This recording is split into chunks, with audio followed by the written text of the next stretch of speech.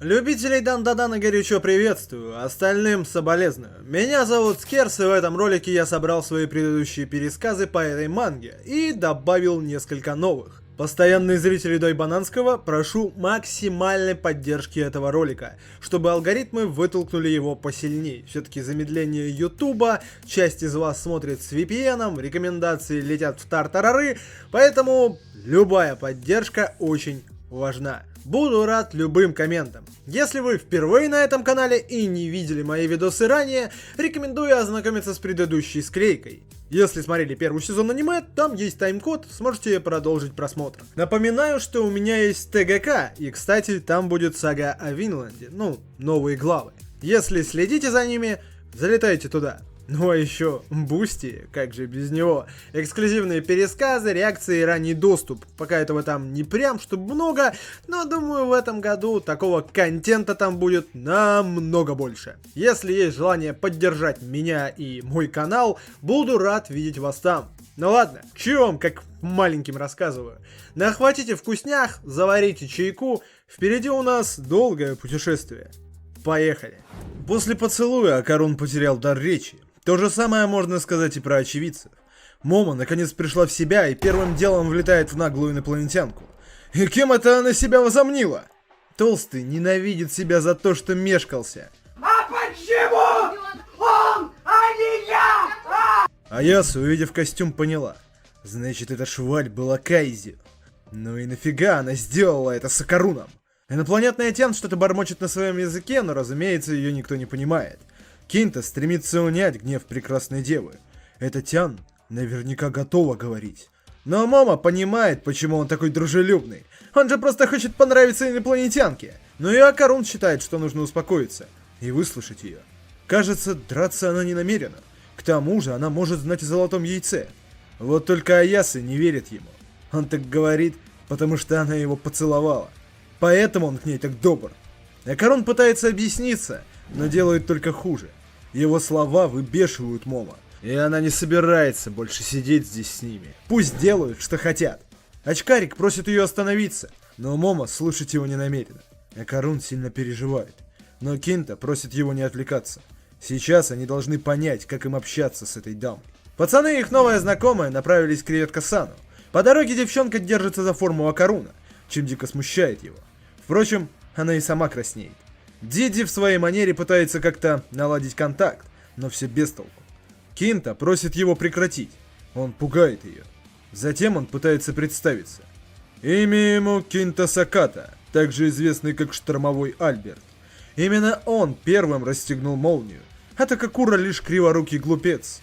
Посему ей показалось, будто он открыл костюм первым. Но нет. Акарун говорит, что Кинта может предложить свою версию после того, как они поймут, что она говорит. Наконец они на месте. Вот только Пенис-сан никогда не видел подобных пришельцев. Что ж, видимо, нужно воспользоваться переводчиком. Этим устройством оказались накладные усы. Черепашки-ниндзя из 80-х заценили бы. Ну, а теперь могут попробовать с ней поговорить. Однако понять все им не удастся. Переводчик способен уловить лишь часть слов. Диди просит Акаруна начинать. А то эта девушка реагирует только на него. Деваться некуда. Такакура называет свое имя. Как же зовут ее? Девушка немного подумала, а затем ответила. Ее имя Вамола. Устройство работает. Теперь они хотя бы знают, как к ней обращаться. И пока придурки дурачатся, Акарун пытается узнать как можно больше. Зачем Вамола прилетела сюда? Девушка старается ответить, но из всех слов, что она произносит, лишь немногое можно разобрать. Дело дрянь. Переводчик сможет подобрать аналоги в земном языке, но на это нужно время. Но из всего, что сказала Вамола, кое-что понятное было. Она прибыла сюда в поисках сильного человека, который будет способен ее победить. И с ним она должна будет пожениться.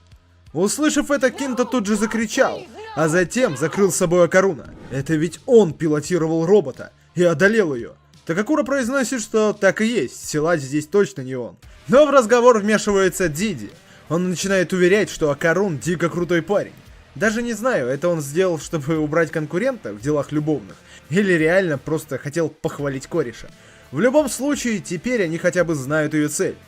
Толстяк решает, что теперь, когда они все прояснили, красотка должна упасть в его объятия.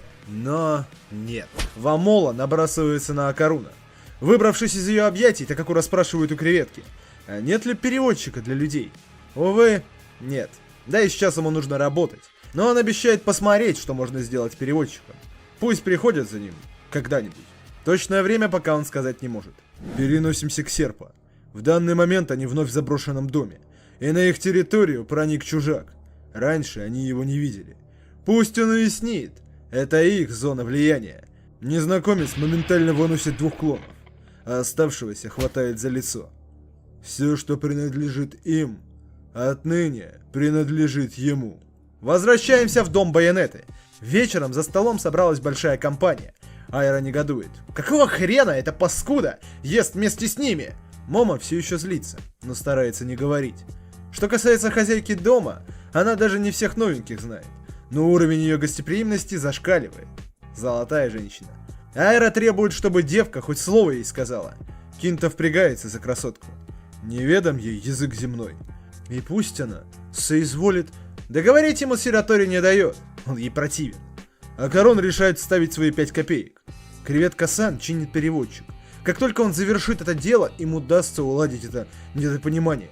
Момо говорит, что нет никакого недопонимания. Она просто не доверяет ей. Тогда очкарик рассказывает то, что они узнали. Эта девушка скиталась в поисках мужа.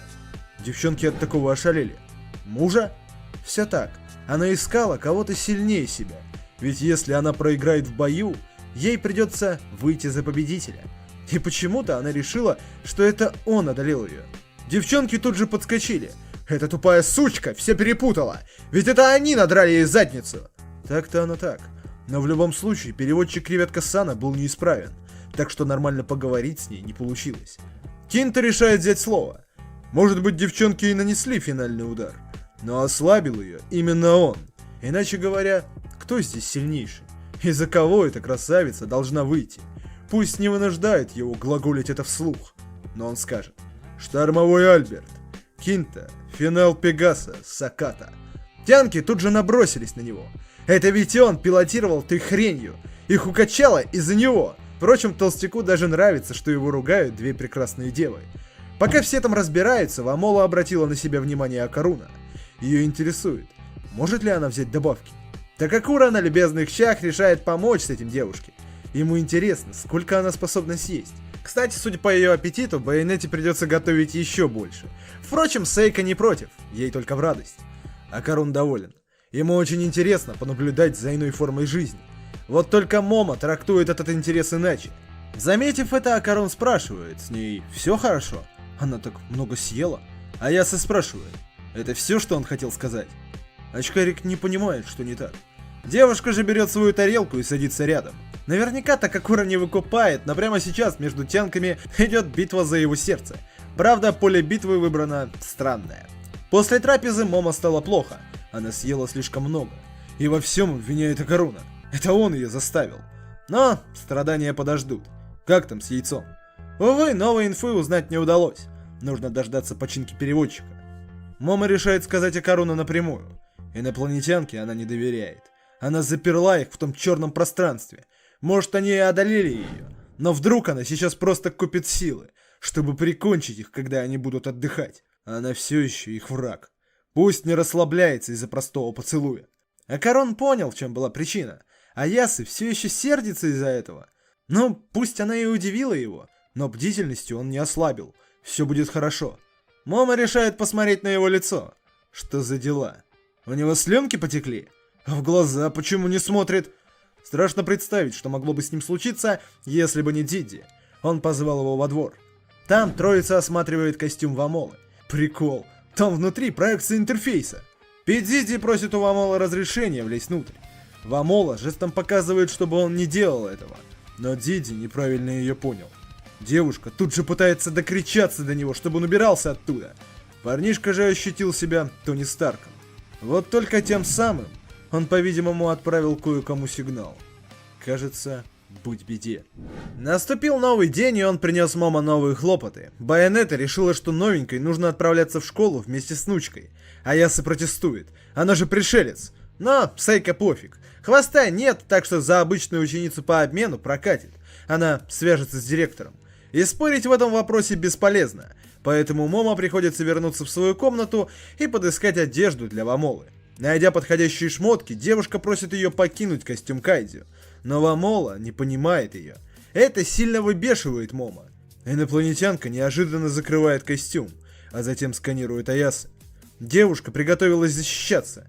Черт, неужели она задумала вновь стать гигантской? Но нет, все гораздо проще. Вамола просто скопировала одежду Момо. От былого костюма остался лишь шлем. Это удобно. По дороге в Шкилу Момо пытается наладить контакт, и у нее даже получилось научить девушку называть свое имя, а также обучить еще парочке слов. Аяса довольна. Окрыленная успехом девушка рисует в тетради золотой шар и пытается объяснить ей, что он им очень нужен. Вамола, кажется, поняла. Немного покопавшись, девушка показывает какой-то шар, но это не то, что им нужно. Тогда Вамола снимает с себя костюм и засовывает его в специальное отверстие. Спустя несколько мгновений шар начинает светиться. Момо уж было обрадовалась, но потом до нее дошло, что это не яйцо, а коруна. И это костюм сделал этот шарик золотым. Вот жопа. Видимо, реально придется дожидаться переводчика от креветки Сана. Хотя, может, Турбобабка поймет, что это. Но сейчас нужно думать не о шарах. Они опаздывают в школу. Нужно бежать скорее. Придется срезать. Девчонки подбегают к заброшенному зданию. Но сперва им нужно кое-что сделать. Момо просит девушку, чтобы она повторяла за ней. Один поклон, два хлопка. Они просто проходят мимо. Войдя внутрь, Аяса просит Вамолу не идти посередке, только по краям. И если честно, бабушка запретила ей здесь ходить. Но так путь гораздо короче, поэтому она частенько здесь срезает. К тому же, они исполнили ритуал удачи, так что все должно быть нормально. Впрочем, не стоит ослаблять бдительность. Здесь все равно очень опасно. С каждым днем здешняя разруха все сильнее. Кто знает, когда все развалится. Но надо ускориться. Девушки прибавили шаг, но затем были вынуждены остановиться. Прямо перед ними стоит чудовищная женщина. И остаться незамеченными не вышло. Увидав девчонок, Йокай спрашивает: «Она красивая?» Момо тут же выкрикивает слово «помада», но мощный удар заставил ее замолчать. Вамола растеряна. Кикимора, расправившись с тупой девкой, собирается заняться своими делами. Но обернувшись, она увидела Кайдзю. Вамола попыталась отмудохать противника, однако ее удар не произвел на Кикимору никакого впечатления. Йокай говорит, что к ней претензий нет. Напротив, она ей даже нравится, ибо рожа у нее стрёмная, покатит за страшную подружку. Схватив Кайдзю, Кикимора прогибом сокрушает бедолагу. Из-за этого она светанула своими трусами, но за такую пошлость тут же извиняется. Но что за дела? Почему уродина не встает? Она ведь не так сильно ее швырнула. Момо, кстати, очухалась. Она узнала, кто перед ними. Это ведь узкоротая женщина. Нужно сказать 10 раз слово «помада», и она исчезнет. Аяса начинает говорить, и узкоротая стремится заткнуть назойливую девчонку. Ей подчиняются отражения. А так как здесь все в разбитых зеркалах, дела мама дрянь. Кикимора пытается схватить девчонку, и после нескольких неудачных попыток у нее получилось. Бесполезно. Может даже не пытаться сбежать.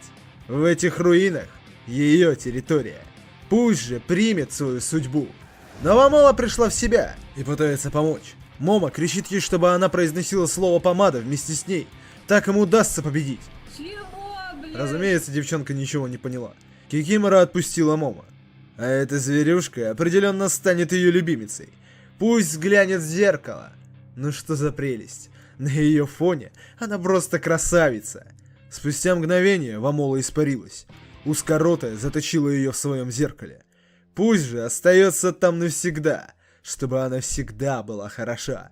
Кстати, тупая девка может забыть о помаде, ведь если что-то с ней случится, эта мелкая откинется вместе с ней. Вот только Момо с самого начала ей не доверяла, так что пофиг. Хотя проиграть ей хочется еще меньше, поэтому для начала придется избить ее хорошенько, чтобы сделать старуху со стрёмной мордой еще уродливей. Кикимора триггернулась. Ее атаки стали намного яростней. Но Момо только это и нужно.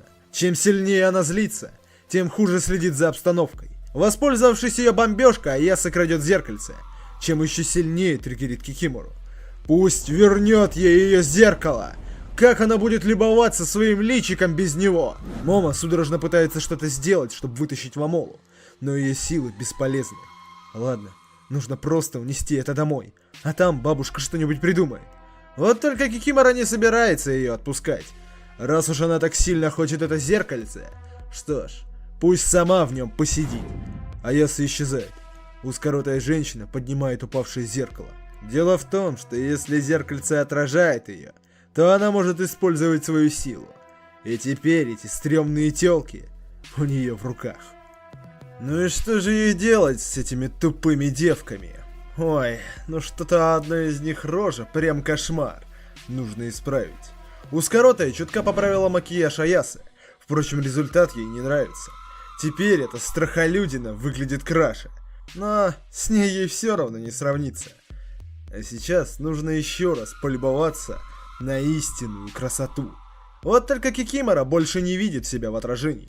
Стрёмные тёлки полностью загородили все собой. Но на этом они не остановились. Момо попросила Вамолу стянуть шлем, а затем показывает, что ей нужно делать. Узкоротая начинает злиться. А что это они делают в ее зеркале? Неужто кавайничать удумали? Узкоротая вышвыривает девчонок из своего зеркала. Там должно быть только ее красивое личико. Избавившись от тянок, она вновь любуется собой. Вот так намного лучше. И пусть больше не смеют осквернять ее зеркало. Вот только никого поблизости и нет. Куда они делись? Неожиданно она услышала слово «помада», а затем снова и снова это слово повторилось. Кикимора тут же принялась искать их. Она обещает разорвать их на куски, но найти их ей не удалось. В конечном итоге узкоротая женщина была изгнана. Победили. Девчонки покинули запретную местность. Если бы не костюм Вамолы, они бы погибли. Маскировка рулит. Неудивительно, что бабушка говорила Момо не соваться туда. Аяса благодарит Вамолу. Без нее она бы оказалась в беде. Девчонка нелепо повторяет услышанные слова, а затем обнимает Аяса. Сердце девушки тронуто. Так уж и быть, она доверится ей. Но школу никто не отменял. Кое-как им удалось прийти вовремя. Сираторий и Акарун, к слову, уже на месте. И сейчас ищут Аяса.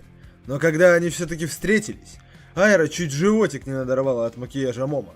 Акарун же задается вопросом, а почему Вамола с ней? Аяса говорит, что так сказала бабушка. Вамола, увидев Такакуру, тут же обращается к нему. Они казались беда. Парень не рад бы услышать больше подробностей, но на инопланетянку тут же набрасывается Момо и Айра. Пусть не приближается к нему и не говорит с ним так фамильярно. К компашке подходит директор школы. Ее мать все ему сообщила. Видимо, это и есть ученица по обмену. В общем, он поговорил с другими учителями, и они решили определить ее к Такакуре. Все-таки учитель из его класса свободно владеет английским. Девчонки пытаются не допустить этого, но вопрос уже решен. Такакуре отвечать за новенькую не особо хочется. Однако тут уже, извините, куда деваться. На перемене Айра и Момо спешат к Акаруну в класс, но на входе стоит староста. Этим двум вход закрыт, и возражения не принимаются. Здесь люди пытаются учиться, а если они попытаются проблемы доставить, она все расскажет учителю. Дело принимает скверный оборот. В классе тем временем всех учеников привлекла к себе новенькая. Парни очарованы ее внешностью, а девчонки хотели бы узнать, откуда она. Такакура, ввиду обстоятельств, вынужден возиться с ней. Языка-то она не знает. Староста спрашивает, а как он связан с Вамолой? Акарун объясняет, что эта девушка живет у Аяса-сан, поэтому он и знает ее. Но староста заметила еще кое-что. Эта Вамола весьма привязана к нему. В дело вмешивается штормовой Альберт. Вообще-то, она привязана к нему, ведь это он одолел ее. Ясное дело, староста не врубается, о чем они. Но пояснительной бригады не будет, она все равно не поймет. Впрочем, девушка и не хотела слушать Сакату, ведь он лжец.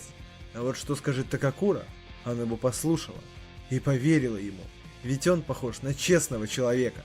Толстяк взрывается и вываливает всю правду матку о том, как он недавно спас мир, пилотируя гигантского робота. Разумеется, староста не верит ему, но Такакура, поправив очки, подтверждает сказанное Кинтой. Девушка замялась, а затем убежала, а она думала, что он честный парень. Впрочем, кто вообще мог в такое поверить? Меж тем, Вамола выучила новое словечко и начала его использовать. Она называет Такакуру своим парнем. Остальные тут же решили выяснить, это правда? Такакура пытается все объяснить, но его отвлекает Саката. Кое-кто глядит на них зловещим взором. Посмотрев на выход, Акарун увидел троицу. Момо, улыбаясь, жестом указывает ему, что они будут ждать их на улице. Очкарики готовы выйти. Уже на улице Момо отчитывает его. Они, значит, посылают ему сигналы, а он там песенки поет. И весело ему. Да она сейчас придушит эту наглую морду. Вамола и Саката пытаются спасти бедолагу. Очкарику кое-как удалось выбраться. Убегая от Аясу, он пытается узнать, в чем причина гнева Момо. Дизи рассказывает, что все из-за его старосты. Она постоянно затыкает Момо, и Акаруну стоило бы с этим разобраться. Очкарик вряд ли сможет это сделать, но за коридором обещает следить внимательнее. Момо подходит к пацанам. А в чем дело? Почему он так неформально разговаривает с Диди? Эндёдзи говорит, что они с ним кореша, вот и все. Такакура же поясняет, что Диди игнорирует формальное общение. Момо считает, что это нечестно. И ей формальное общение тоже не по душе, так что пусть и с ней так говорит. Но Такакура не может. В конце концов, внутри Диди сидит дурной глаз, поэтому с ним как-то проще. Но лучше поговорить о делах. Она ведь что-то хотела рассказать о Мамоле. Все дело в золотом шаре. Он есть у Мамолы, но кажется, это не яичко Акаруна. Девушка просит инопланетянку показать золотой шар. Вамола без проблем достает его и демонстрирует Акаруну, после чего вставляет обратно. Момо говорит, что шар светится, когда его вставляют внутрь. Возможно, это что-то вроде батарейки. Что же он думает? Саката отвечает за Акаруна. Нет никаких сомнений.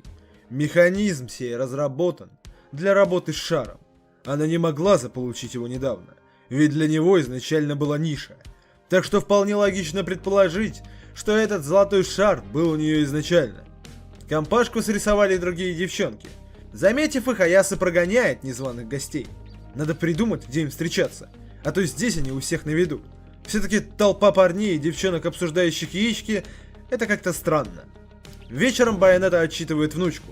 Она ведь говорила не ходить в те руины. Удивительно, что они выжили. Момо говорит, что изгнала ускоротую женщину с заклинанием. Кажется, им повезло. Вот только услышав, с кем встречалась внучка, Байонета пробила фейспалм. Неужели она использовала заклинание помада? В следующий раз его придется сказать 100 раз. Это заклинание изгоняет злых духов лишь временно. Оно не уничтожает их. Более того, с каждым использованием у злых духов растет толлер к нему. А те руины до сих пор оставались нетронутыми, потому что никому не одолеть Рейка Касиму.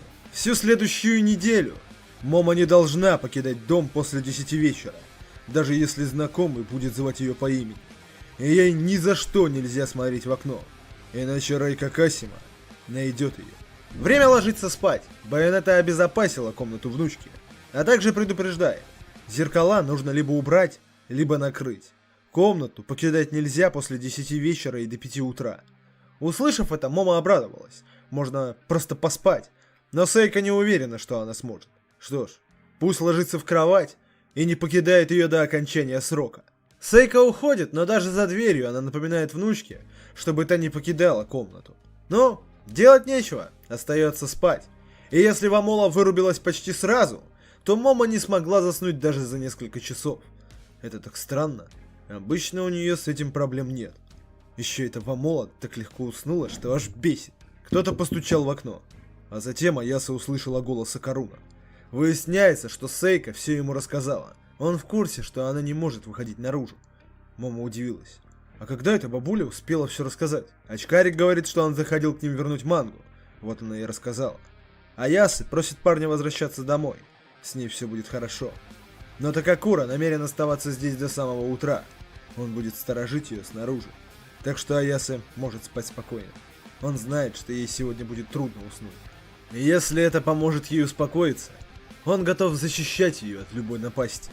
Момо благодарит его, но все же будет лучше, если он пойдет домой, а то она не уснет, пока он мерзнет снаружи. Но Акарун отвечает, что он сам хочет быть здесь. Ради любви. Сердце Момо начало биться быстрее. Ради чего? Акарун отвечает, что он здесь ради нее. Аяса покраснела. Почему он говорит это в такой момент? Все дело в том, что он неловкий парень. Девушке трудно сдержать свои эмоции. Но наконец она говорит, что не расслышала его. Пусть завтра все повторит в лицо. Акарун обещает это сделать. Но сейчас спокойной ночи. Но разумеется, после таких откровений Момо не может ждать завтра. Она собирается выйти к нему. Ведь если не услышит это от него сейчас, то точно не уснет. Накинув халат, Аяса идет к двери. Но когда она уже собиралась выйти, ее взгляд упал на напоминалку, и она решила проверить Акаруна. А он завтра случайно не собирается зависнуть с Диди? Такакура говорит, что он не собирается встречаться с Диди-саном. Все стало понятно. Аяса снимает халат и возвращается в постель. Тупой сучке стоит запомнить. Акарун не зовет Диди-саном, ведь он единственный, с кем Акарун ведет себя неформально. В эту же секунду раздался чудовищный рев.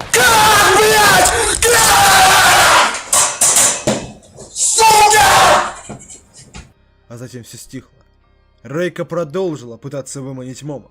Но, разумеется, план провалился. Полностью. Утром Момо жалуется бабуле, но та лишь пожимает плечами. Она ведь говорила, что поспать не выйдет. Но Аясы больше беспокоит сказанное Ускоротой. Байонета говорит, что Рейка заглядывает в сердца людей при помощи зеркал. Но пусть уже займется чем-нибудь полезным. Например, научит дуреху пользоваться палочками, а то она совсем несерьезно относится к еде. А еда — это смысл жизни. Нехотя Момо соглашается, но перед этим она решает кое-что спросить у турбобабки. Может ли она взглянуть на одну штукенцию? Знает ли она что-нибудь о ней? Увидев этот шар, кошка-бабушка требует, чтобы девчонка убрала от нее эту мерзость. Это определенно точно не яичко Акаруна. Нечто более зловещее, скорее приближенное к человеческой карме. Она больше никогда не хочет видеть подобную мерзость. Пусть уберет эту дрянь. Момо задумалась. Человеческая карма? Но ведь Вамола пришелец. Или нет? Время идти в школу. И Момо даже прикупила Вамоле рюкзачок. Он вполне миленький. Так что сойдет. Пусть она будет благодарна. Еще плохо понимающая земную мову Вамола с улыбкой говорит, что это сойдет. Глядя на нее, Аяса произносит. Будет здорово, если они смогут нормально болтать. К девчонкам подходит Акарун. И Момо тут же закрывает собой Вамолу. А то дай ей волю, и она всякое устроит. Такакура спрашивает, что случилось с Аяса-сан? Она выглядит бледной. Девушка повторяет, что на ней лежит жесткое проклятие, из-за чего она не спала всю ночь. Но сейчас это не главное. Прошлой ночью он не приходил к ней? Акарун отвечает, что он был дома. И Момо тут же отвешивает ему пинка под зад. Ах, он скотина такая. Ему бы стоило прийти. Схватив его за горло, она требует, чтобы он сознался. Это ведь он был вчера у нее. Неужели он не помнит, что говорил? Разумеется, очкарик не понимает, о чем она. И это только сильнее злит Момо. Вамола пытается оттащить ее от Акаруна. Некоторое время спустя, уже в школе, Момо уснула прямо на парте. Пока ее подруги прикалываются над ней, она болтает во сне. Такие слова Рейка попали ей прямо в сердечко. Даже сейчас она думает о словах Акаруна. В классе Такакуры все без изменений. Все столпились возле новенькой. Акарун и Саката обучают Вамолу новым словам и учат человеческому взаимодействию. Им удалось объяснить ей, когда стоит говорить спасибо. Одноклассники отметили талант Такакуры. Из него получился превосходный учитель. Эти слова заставили парня покраснеть. Но насладиться лаврами он сможет в другой раз. Сейчас его ждут друзья. Место встречи они, кстати, перенесли. Теперь все собираются за школой. Вот только Айра не понимает. А что жиртрез здесь забыл? Паренек говорит, что он вообще-то тоже член группы. Разве нет? Момо разрешает ему остаться. Но с одним условием. Больше никаких пошлых шуток. Толстяк обещает придрочиться. За это он тут же словил поджопник. Акарун спрашивает у Диди, а что он хотел им показать? Сейчас увидят. Сложив руки вместе, а затем выдохнув, Эндзёдзи выпускает энергию из своих ладоней. Выглядит прикольно. Этому его научила Сейка-сан. Аяса удивилась. Бабуля его обучала? Не совсем. Это он сам постарался. Ведь он не может использовать силу дурного глаза. И если не станет силен сам по себе, то никому не сможет помочь. Пока что у него получается лишь погнуть пару деревьев. Но он собирается тренироваться, пока не станет полезным для своих друзей. Акарун и Момо рады за него. За ними наблюдает Вамола. После школы Аяса собирается на смену. У Акаруна задание – проводить Вамолу до дома. И пусть только попробует что-нибудь странное вычудить. Ну а Вамола не должна флиртовать с Акаруном. Усекла? Вамола же обращается к Аясе. Она говорит ей спасибо и очень мило улыбается. Момо засмущалась. Но стоит отдать инопланетянке должное. Она осваивается с языком. Провожая Вамолу, Акарун пересекся с Диди и Сиратори. Айра удивилась, что Момо пошла на работу. Ей же нельзя быть на улице после 10. Такакура говорит, что она собиралась отпроситься в 9. Но, в принципе, осторожность не помешает. Поэтому он ее встретит и проводит домой. Наконец их пути расходятся. Время прощаться. Оставшись наедине с Диди, Айра спрашивает: а кем работает Момо?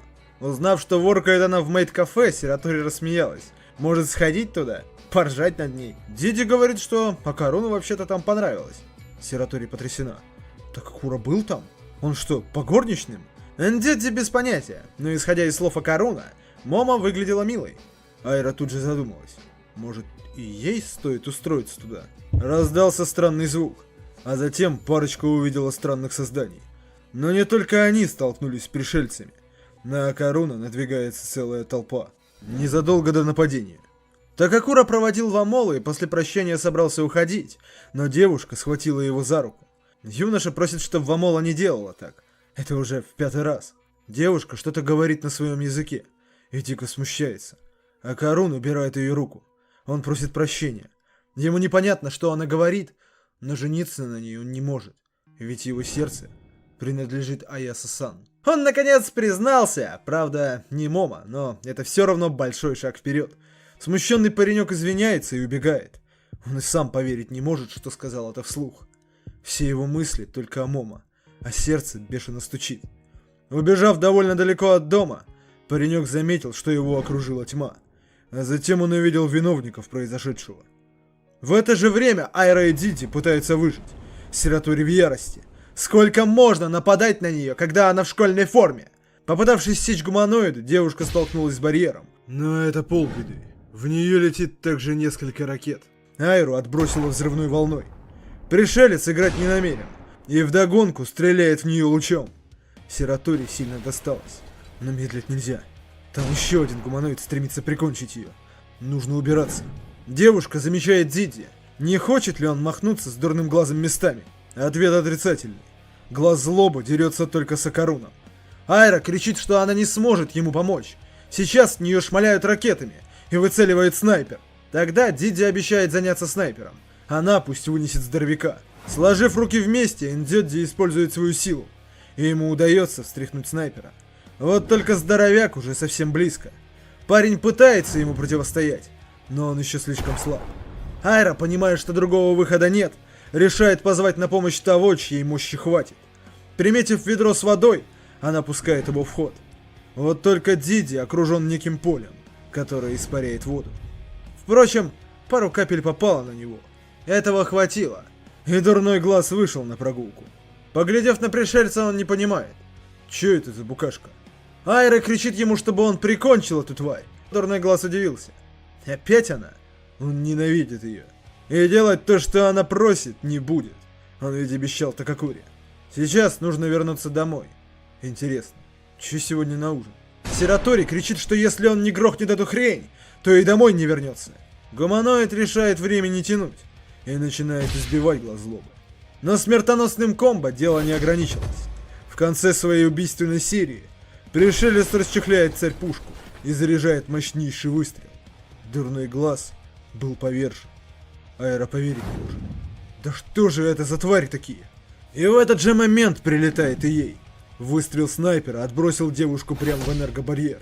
Воспользовавшись тем, что девушка не может пошевелиться, другой пришелец выпускает залп ракет. Раздается взрыв. Айра падает на землю. Пришельцы подошли к ним поближе. Управились всего за 3 минуты. Быстро. Эта планета насыщена влагой, так что здесь не получается использовать лазер. Нужно убираться, а не то будь беде. Видимо, у этих существ такие крепкие тела из-за сильной гравитации. Внезапно волосы Айры приходят в движение. Пришелец аж отпрыгнул. Он незамедлительно стреляет, но попасть не вышло. Удивительно. Она все еще может двигаться, но далеко она уйти не могла. Они обязательно обнаружат ее с помощью детектора живых существ. Но не все так просто. Найти ее мешают белые сферы. И раз уж цель невозможно определить, тогда нужно накрыть огнем всю территорию. Гуманоиды начинают сеять хаос, но достигнуть желаемого не удалось. Проверить все как следует не получится. Время поджимает. Пора возвращаться. Чертовы помехи. Эта планета полна сфер. Айра сбежала через канализацию, и Диди она прихватила с собой. Надо предупредить их. Предупредить всех, что прибыли какие-то смертоносные чуваки. Переносимся к Акаруну. Он встретил пришельцев один. Подрубив дьявольский рамс, паренек изо всех сил старается дать им отпор. И несмотря на численное превосходство противника, он чувствует себя неплохо. Акарун не только уворачивается, но и вполне успешно атакует. Один из пришельцев решает зарубиться в рукопашку. Такакура мастерски уворачивается. Но кажется, чужой побыстрее будет. Отпрыгнув от очередной атаки, Акарун решает, что пора выложиться на полную. Вот только его попытка не закончилась удачно. Ему здорово прилетело. Оказавшись на безопасном расстоянии, Такакура приметил еще одного пришельца. Что это? Такое мощное давление. В эту же секунду чужой сокращает расстояние и наносит ему сокрушительный удар в голову. А затем еще и еще, не оставляя Акаруну никаких шансов. Пришелец, что стоял позади, решает помочь собрату. Сперва он отозвал чужого, а затем соединил свои руки. Само пространство вокруг Акаруна сжалось, и бедняга более не может стоять на ногах. Это конец. Подойдя к нему и осмотрев поверженного, пришельцы сходятся на том, что все так, как докладывали серпанианцы. Он был силен. Неожиданная подвижность. И все это без костюма. И на планете с такой сильной гравитацией. Но пора забрать то, зачем они пришли. Их время на исходе. Чужой достает серпанианский аппарат, а затем забирает яичко Акаруна. Но на этом они решили не останавливаться. Тело им тоже понадобится. Для опытов. Взяв мальца, они собираются уходить. Вот только не так быстро. Нечто уничтожает щупальца, державшее Акаруна. На поле битвы подоспел креветка-сан в своей боевой форме. Пацана он им не отдаст. Чужой уже собирается порамсить, но Биг Босс останавливает его. У них нет на это времени. А выскочки, посмевшие бросить им вызов, он обещает, что в следующий раз именно его они будут выслеживать. Пришельцы покинули территорию. Креветыч тут же пытается помочь Акаруну, но он не приходит в себя. Переносимся к Момо.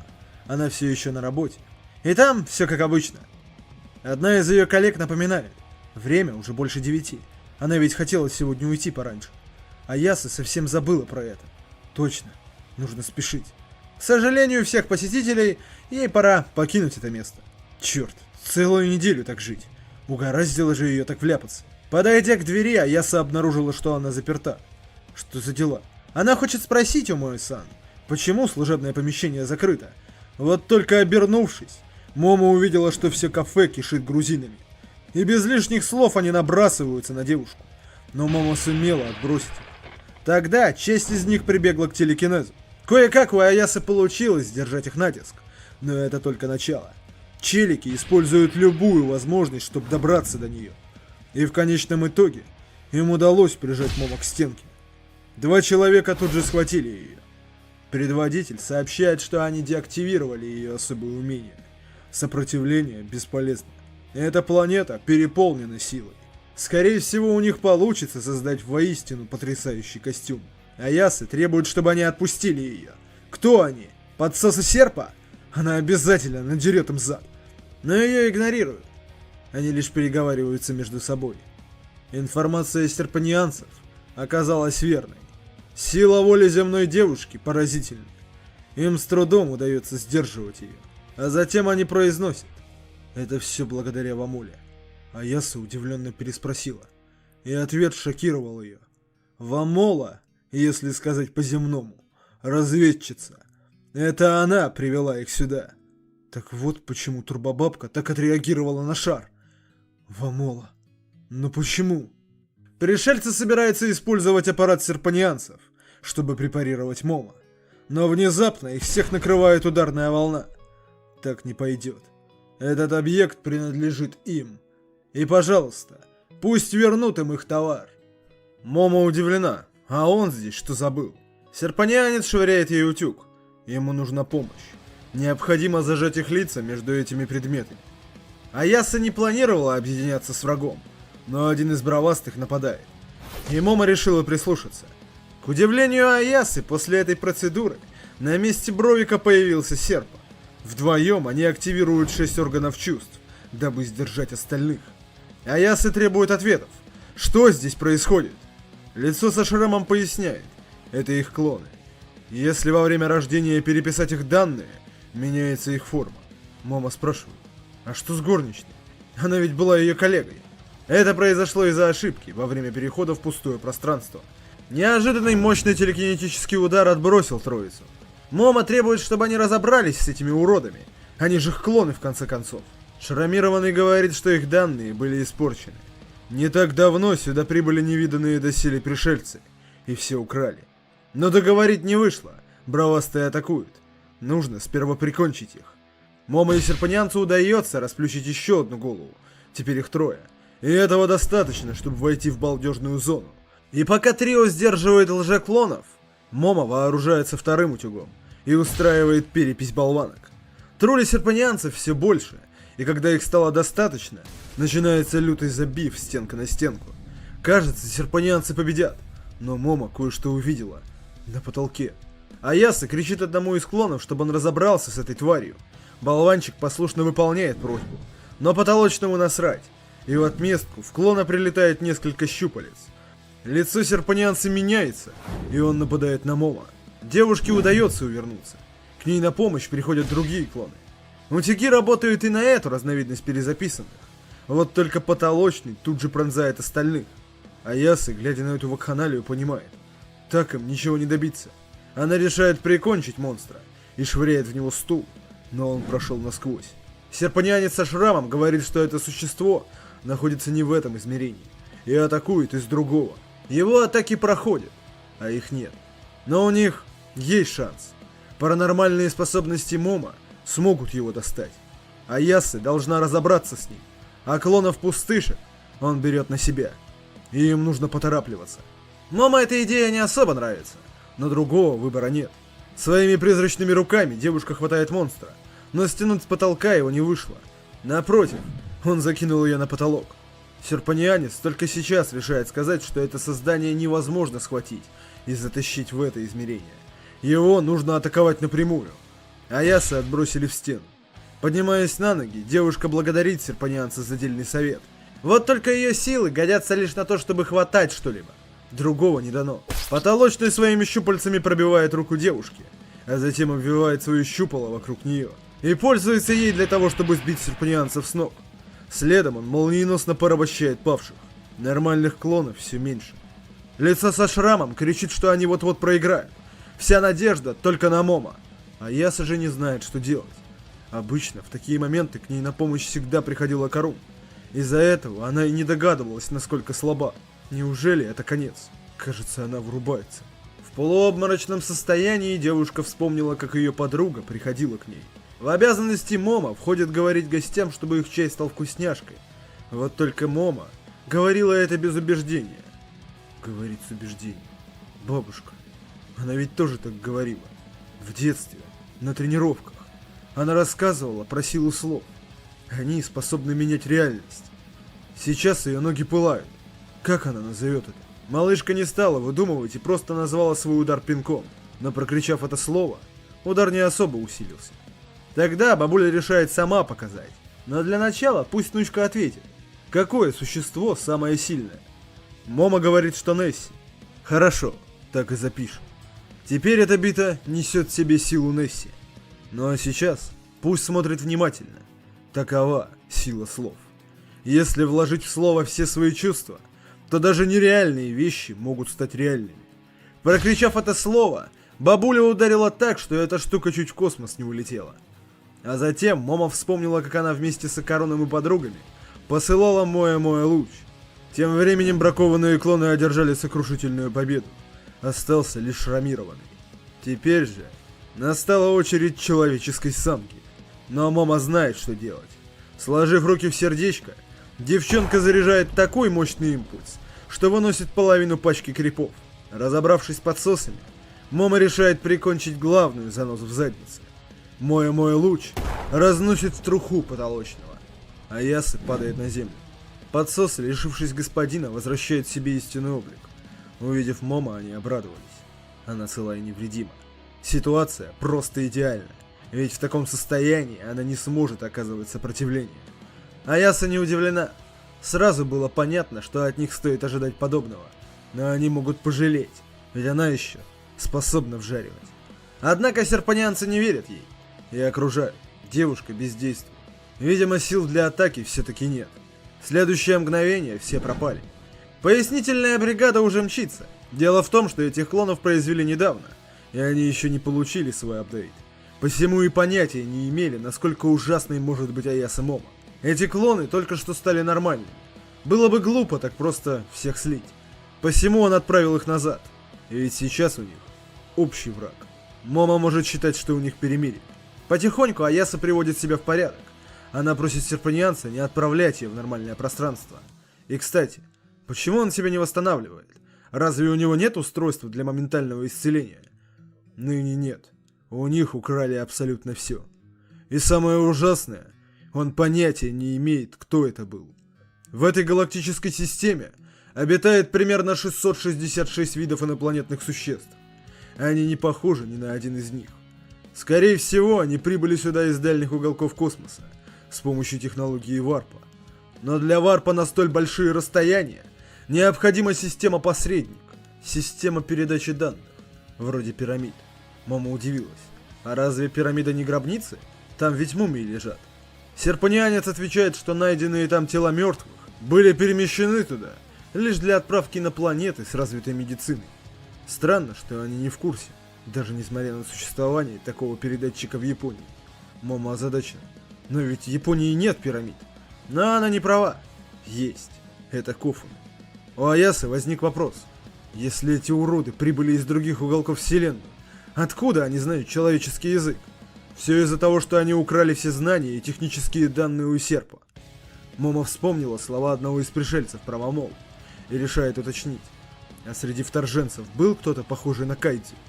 Серпанианец не может сказать наверняка, но вроде да. Аяса растеряна. Неужели она зря доверилась ей? Но погрустить еще будет время. Серпанианец рассказывает, что ранее они разработали план нападения на компашку Момо. Его особенность была в том, чтобы вылавливать их всех поодиночке. И прямо сейчас ее союзников атакуют так же, как и напали на нее. Им стоит поспешить на помощь. Иначе ее союзникам не сдобровать. Аяса злится. Что же он раньше не сказал? Ввиду того, что у него нет ног, Аяса оттаскивает его сама. Перенеся его в другое место, девушка просит, чтобы он вернул ее в реальный мир. Когда же это произошло, она удивилась. А почему он сам не исчез? Все просто. Пришелец хочет, чтобы она взяла его с собой. Все данные, украденные у его народа, должны быть полностью стерты. Но мама не собирается его брать. Она же всех до одури ненавидит. Просто в этот раз им попался общий враг. Так что, адьос, мудилос. Если их пути еще раз пересекутся, она его в порошок сотрет. Вот только есть одна проблемка. На часах почти 12. Наружу выходить нельзя. Еще и торговый центр вот-вот закроется. Хотя есть манго-кафе. Можно остаться там до утра. Но нет. Несовершеннолетним нельзя там ночевать. Что же делать? Решение нашлось. Пригодился Серпа. Вдвоем они сумели обмануть администратора. В анкете серпанианец назвал себя Рокура. Удивительно, но план сработал. Проникновение произошло успешно. Осталось дождаться утра. Серпа спрашивает, можно ему уже смыть макияж? Момо требует, чтобы он говорил тише и вообще не делал лишних движений, иначе их могут услышать. Админ манго-кафе в это время пялится в зеркало. Ебать, я красивый. Охуеть. И в какой-то момент узкоротая берет его под свой контроль. Кажись, нужно сходить признаться кое-кому в своих чувствах. Момо сильно вымоталась, и ее тянет в сон. Увидев, что девушка вырубается, Рокура подготавливает инструмент и собирается проткнуть Аяса. Но ему помешал стук в дверь. Это админ. Он случайно испортил анкету, и ему очень надо, чтобы она заполнила ее вновь. Момо злится. Разве она не просила его заполнить чертову анкету? Пришелец уверяет, что он заполнял. Админ услышал, что в комнате 2 человека. Если она его обманула, и там есть кто-то еще, он будет вынужден прогнать их. Админ пытается войти, но Момо заблокировала дверь вешалкой. Парень возмущен. Что за фокусы? А еще он не понимает, где же ноги девушки. Момо напугана. Действовать нужно немедленно. Наконец админ выламывает дверь. Странно, она и вправду здесь одна. Рокура говорит, что он не имел права вламываться в номер посетительницы. Админ переходит в наступление. Его сердечко так колотится, когда она рядом. Пришло время признаться. Она ему очень нравится. Пусть будет его девушкой. Рокуро не против. Парень спрашивает, может ли он залезть под юбку? Конечно. Момо такой расклад не устраивает, о чем она пытается оповестить серпа. Манагер услышал девичий голос из-под юбки. Рокуро невозмутимо произносит, что пукнул. Админ удивился. Но тогда почему нет запаха? Она весь вдохнула в себя. В таком случае, можно ли ему взглянуть на ее трусики? Конечно. Момо готова прикончить чертова пришельца прямо сейчас. Админ заметил нечто странное. У девицы будто две рубашки. Посмотрим, что тут у нас. Момо кое-что заметила. План действий созрел моментально. При помощи своих сил Аяса блокирует зеркальце админа и забирает его себе. Парнишка приходит в себя, и увиденное его не обрадовало. Рокуро произносит, что любит его. Разумеется, бедолага тут же вылетает из комнаты и начинает извиняться за произошедшее. Серп расстроен. Ему казалось, что в него влюбились. Момо наконец может выбраться. Какая же он скотина. Пришелец после легенькой взбучки интересуется. Если это было не признание в любви, то что? Момо рассказывает ему про Рейка. Старая кошелка пробралась в зеркало админа и пыталась ее достать, но не вышло. Ей удалось выбраться из этой переделки благодаря бабуле. Она ведь просила ее накрывать все зеркала. Затем Аяса спрашивает, когда она была под его рубашкой, кое-что увидела. Что это было? Рокуро уходит от ответа, чем сильно бесит Момо. Далее ночь прошла без происшествий. Утром вместе с пришельцем девушка возвращается домой. Ее встречает Чикитита. Малой обеспокоен. Ее не было всю ночь. Они ужасно переживали. Момо удивилась. Он знает о проклятии? Нет, дело не в этом. На всех напали. Момо утратила дар речи. Айра, Дзидзи, Акарун. Креветка-сан рад, что хотя бы Аяса в порядке. Он был с ними рядом всю ночь. Девушка снимает покрывало, но под ним не Акарун, а мерзкого вида пришелец. Креветоч говорит, что Акарун победил это существо. Когда он нашел его, тот был еще жив, но уже мертв. Тела этих пришельцев не приспособлены к земле. Они все были в спецкостюмах. Увидев его броню, Момо тут же пошарила с ним и нашла такой же шар, как у Вамолы. Но теперь Момо беспокоит кое-что другое. Где Акарун? Креветоч говорит, что паренек в соседней комнате, и пришельцы отняли его яичко. А еще он при смерти. Открыв дверь, Аяса увидела Вамолу рядом с ним. Момо тут же отпихивает ее от Акаруна.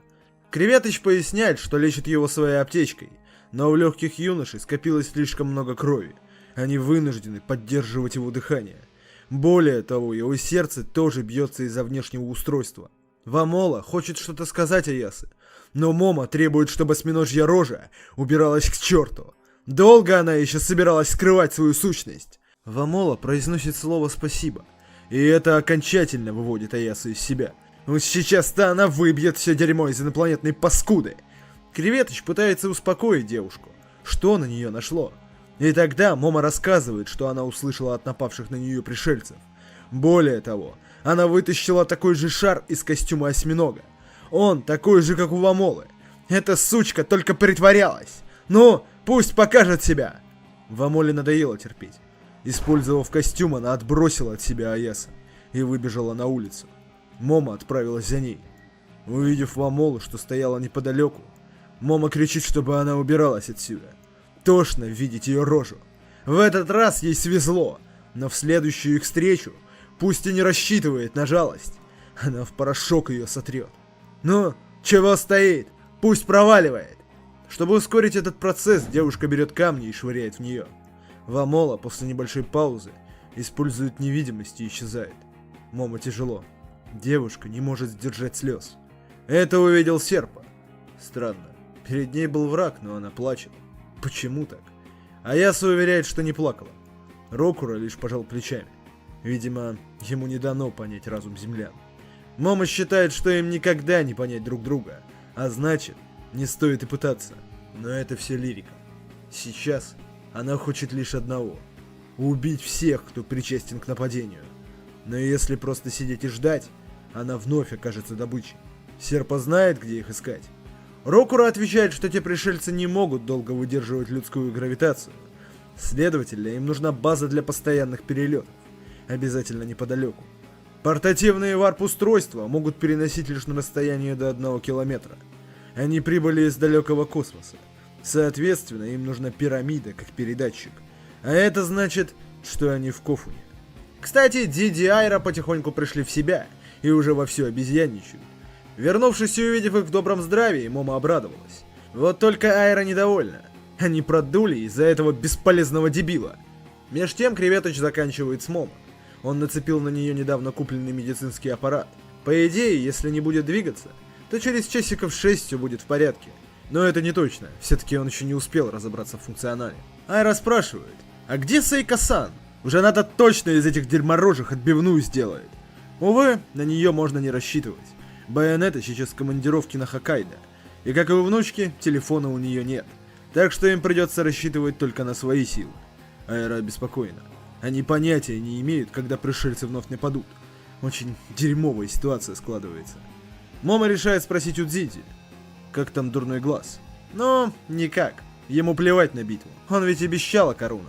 К тому же пришельцы его не заинтересовали. Айра не удивилась. Дурной глаз никогда не был к союзникам. Но что там с Вамолой? Аяса рассказывает, что выгнала Вамолу из-за того, что узнала прошлой ночью. Услышав это, Сиратори взрывается. Она всегда знала, что ей нельзя доверять. Диди уточняет. Она ведь все это узнала не от Вамолы. Айра бесится. Сколько он собирается покрывать ее? Его кабельские выходки заходят слишком далеко. Но дело не в них. И не в том, что он думал, будто Момо врет. Просто те пришельцы наверняка не полностью овладели их языком. Возможно, в их словах крылся какой-то нюанс. Аяса уверяет, что никаких нюансов не было. Все это она слышала своими ушами. Но Диди не отступает и продолжает настаивать на своем. Ребята начинают сраться. Все сильнее и сильнее. В какой-то момент даже Акарун приходит в себя и из последних сил просит их не ругаться. Момо тут же бросилась к нему. Такакура первым делом спрашивает, все ли с ней хорошо. Аяса говорит, что она устроила им взбучку. Акарун рад это слышать. Затем он спрашивает, как там остальные. Услышав, что и с ними все хорошо, паренек успокоился. Они потрясающие. А вот его отделали. Но Момо слышала от креветки Сана, что их была целая толпа. Акарун извиняется. Его яичко снова похитили. Момо успокаивает паренька. Она просто вернет его, как и всегда. Но Такакура больше не отвечает. Что с ним? Он что, заснул? Креветоч просит ее сохранять спокойствие. Он ведь уже говорил. Без этого устройства кровь и мокрота в легких не дают ему дышать. Ему наверняка пришлось ужасно больно, но он убрал устройство. Ведь не хотел видеть ссору своих друзей. Вряд ли он сможет уснуть, если будет слышать их постоянную ругань. Ребята выходят на улицу. И чё это они будут обсуждать стратегию на улице? Тут холодно. Момо просит бесстрашного лидера успокоиться. Затем она отводит их в сторонку. Сейчас им всем нужно не паниковать. Она кое-что им покажет. Увидев серпа, Айра тут же бросается на него. Рокура произносит, что оставлять его здесь было не лучшим поступком Момо. Когда девчонка успокоилась, Аяса говорит, что все случилось, как он и говорил. Яичко Акаруна отняли. Его худшие опасения подтвердились. На них напали глобалисты из открытого космоса. Они хотят захватить Землю. Их методы крайне жестоки, но численность невелика. Очевидно, они столкнулись с разведотрядом, и за ним последуют основные войска. Но чтобы переправить их на Землю, понадобится крайне мощный источник энергии. Вот поэтому они украли у серпа информацию. И так прознали о яичках Такакуры. К слову, из них бы вышли неплохие батарейки. Но с собой забрать они смогли лишь шар Такакуры. Энергии в котором все равно хватит на переправку их войск. Рокура продолжает. Вторженцам для варпа потребуется 5 дней. За это время нужно одолеть их и вернуть яйцо, пока они не призвали основные силы. Он поможет им найти их. Но основная загвоздка в том, что они не способны их победить. Айра, разумеется, готова поспорить. Мом же решила, что им нужна подмога. Не мог бы креветка-сан на своей тарелке слетать за бабулей? Увы, но это невозможно, поскольку она принадлежит Лудрис-сану, и одолжить ее сейчас не выйдет. В прошлый раз он был на земле случайно. Серп озадачен. Лудрис был здесь? Момо удивилась. Он что, знаменит? Типа того. Лудрис всезнающий, всесильный. И так как он летает по всему космосу, говорят, что встретиться с ним хотя бы раз – большое чудо. Момо удивилась. Значит, она пнула такого крутого пришельца? О, дела. Ну ладно, хватит языком чесать, пора тренироваться. Айра настроена скептически. Чего не успеют сделать за 5 дней? Аяса считает, что как минимум можно поделиться информацией о противниках и разработать стратегию. Серпа произносит, что здесь оставаться опасно. Вторженцы не могут долго активничать, но могут атаковать волнами. К тому же, если их цель призвать основную армию, им понадобится много энергии. С яичком для варпа им нужно 5 дней, но если захватить еще и их, то можно ускорить процесс. Они все еще под прицелом, так что если хотят тренить, лучше сменить локацию. Мама переживает за Каруна. Нельзя его перемещать в таком состоянии. Да и где им еще расположиться? Рокура говорит, что есть одно местечко. Старая база Серпа. Диди в восторге. А чтобы переместить Акаруна, можно превратить дом в робота. Он как раз его не видел. Заодно и попилотирует его. Но Аяса категорически против. Завязывается спор. В него влезает Креветыч. Они могут просто превратить дом в машину. А ведь точно. Момо незамедлительно пробует. Но вместо авто получился гигантский велосипед. И как им педали-то крутить? А Карун, к слову, застрял в корзине. И вот-вот упадет. Момо пытается все исправить, но в итоге вместо велика у нее получился кошак. А Каруну от этого легче не стало. Но спасибо, что хоть в жопе не заспавнился. Айра теряет терпение. Ох, и тупая девка. Ща лидер покажет, как надо имаджинировать. Машина, они с Такакурой. А в конце десерт. И они любуются звездным небом. Сиратори напрасно смешала все в кучу, потому что вместо котика появилось изделие Рената Акзамова. И Такакуре от этого явно не легче. Разгорается скандал. Креветыч требует, чтобы они успокоились, и решает взять все в свои клешни. Мистер Крабс представил дом на колесиках. Так оно и получилось. Троица застыла в недоумении. Лучше им, конечно, не делать это самим. Как вообще у них тогда получился робот? Некоторое время спустя почтальон приносит письмо для Аяса. Только дома нет.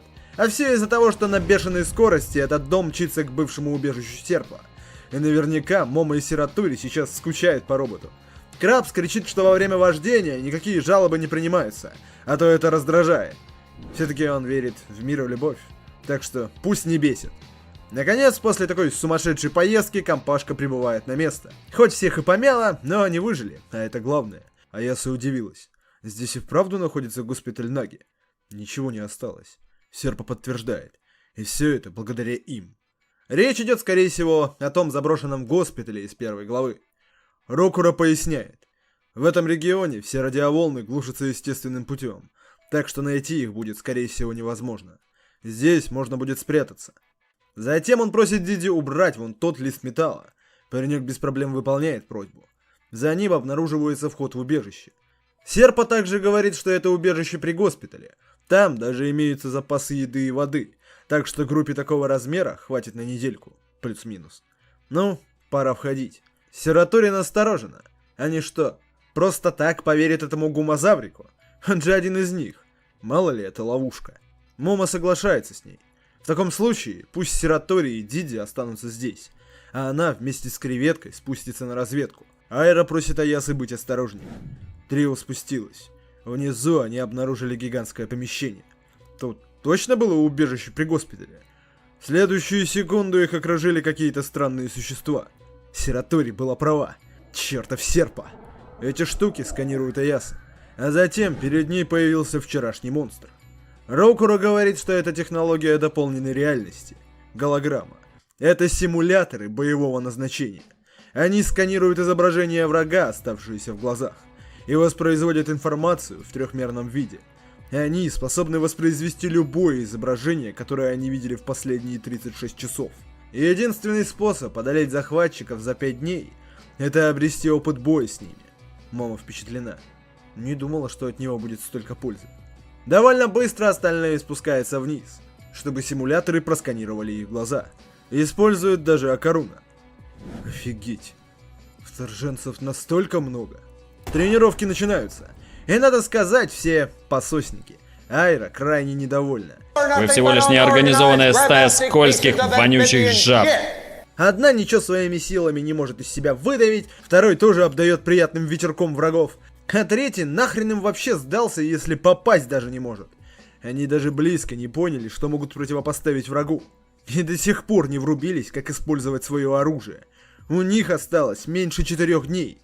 А от них никакого проку. Вечером Аяса пытается связаться с бабулей, но все без толку.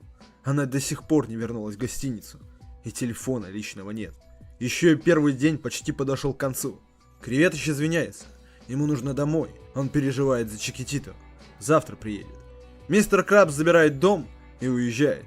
Что ж, пора спать. Но Момо не может уснуть из-за Рейка. Она решает уйти в другое место. Но и там не получается. К ней приходит Диди. Что это она тут делает? Девушка извиняется. Рядом с ней он не выспится. Парень интересуется. Почему? Аяса удивилась. Он что, не слышит, как тарабанит по стенам? Неа. Ну, тогда ему повезло. Пусть идет спать, а за нее не беспокоится. Она уже привыкла. Но Диди решает кое-чего попробовать. Он прикладывает свои руки к ушам девушки. Момо разволновалась. Чё это он удумал? Но Диди просит ее не паниковать. Сработало. Шум прекратился. Но как он это сделал? Все просто. Представил, как энергия собирается в руках. Все-таки он постоянно тренирует свою ки. Вот и подумал, что ее можно использовать. Он позаботится о ее ушах. Может спать. Аяса не согласна. Ей не хочется, чтобы он видел ее спящую моську. Тогда паренек садится сзади. Так сойдет? Теперь-то никакой спящей мордашки он не увидит. Пусть не переживает за него. Он поспит утром. А вот если она не выспится, тогда уже он будет переживать за нее на тренировке. К тому же, для него это хороший способ испытать себя. Ему ведь всю ночь предстоит контролировать ки в полной тишине. Засыпая, Момо произносит, что Диди просто нечто. С давних пор он вечно дурачится, но способен на все. Парень отвечает, что если не будет дурачиться, то не сможет с ней нормально говорить. Но, кажется, мама этого не слышала. Она уже спит. Не завидую я этому парню. А вы? За кого топите? Кто лучше подходит Момо? Черканите в комментах, будет интересно узнать. Следующим утром Такакура приходит в себя. Но есть один нюанс. Он отделился от тела. Увидев себя же, паренек люто пересрал. Но где все? Хоть кто-нибудь может с этим что-нибудь сделать? Где же Аяса? Покинув комнату, он находит ее. Вот только она в объятиях Диди. Акарун в замешательстве. В этот же момент к ним приходит креветка-сан, напугав паренька до чертиков. Парочка проснулась. Момо довольно потягивается. Давненько она так крепко не спала. Креветоч спрашивает, как долго они собирались дрыхнуть? Им нужно тренироваться, ведь в таком состоянии им не победить. А осталось всего-то 3 дня. Такакура удивился. 3 дня? В смысле? Момо благодарит Диди. Она наконец-то выспалась. Паренек говорит, что рад был удружить и готов повторить это ночью. И пусть Аяса не отнекивается. Все-таки для него это хорошая тренировка. Так что пусть уж позволит. Деваться некуда, Момо согласилась. Ну, а потом они идут завтракать. Такакура в замешательстве. Перед ним 2 медиума, которые постоянно свои ки дрочат. Ау, он здесь. Но его никто не видит. Ему приходится следовать за ними невидимым. Выйдя из подвала, он поражен. Где это они? Айра, увидав парочку, злится. Долго они дрыхнуть собирались. А Карун надеется, что хотя бы Сиратори его увидит. Но нет. Айра напоминает. Им нужно быть ответственнее. Сражаться им придется без Такакуры. Необходимо одолеть пришельцев до прибытия основных войск. Иначе они захватят землю. А Карун ошарашен. Их главные силы на подходе? Черт. Пока он был в отключке, дела приняли серьезный оборот. Но что же делать? Он понятия не имеет, как вернуться в свое тело. И никто его не видит. Еще и Диди подкатывает свои шары к Момо. Блин, не время для ревности. Судьба всего мира на кону. Точно. Сейка или Турбобабка. Они смогут его увидеть. Парнишка подходит к телефону. Увидев надпись, он вспомнил, что Байонета сейчас на Хоккайдо. И Турбобабка с ней. Дела плохи. Зазвонил телефон.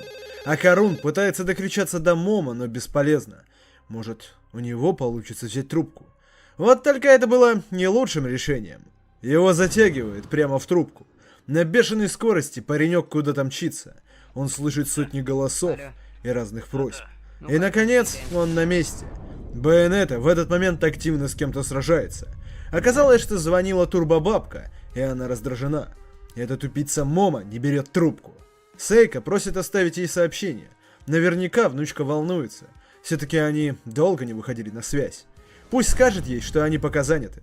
Вдруг Байонета что-то ощутила. Кто здесь? Затем она присмотрелась. Очкарик? А он-то что тут забыл? Акарун обрадовался.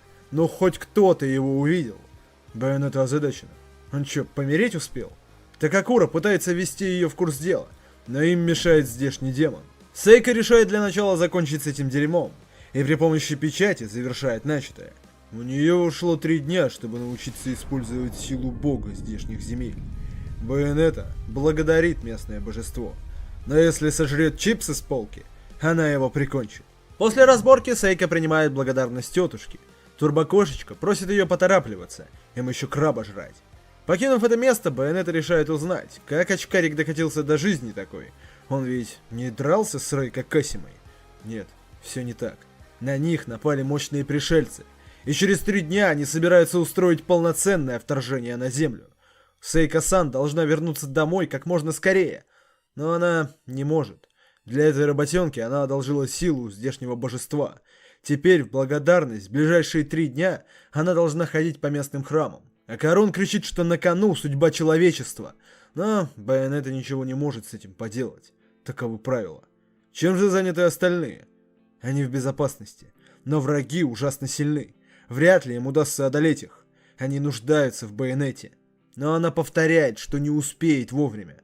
Кстати, ему бы лучше вернуться в свое тело как можно скорее, иначе коньки отбросит. Вот тот провод, что торчит из его задницы, становится все тоньше. Когда он оборвется, очкарик не сможет вернуться в свое тело. Такакура на панике. А как ему вернуться-то? Байонета не в курсе. Она никогда не покидала своего тела. Турбокошечка довольна. Скоро пацан помрет, и ее силы вернутся.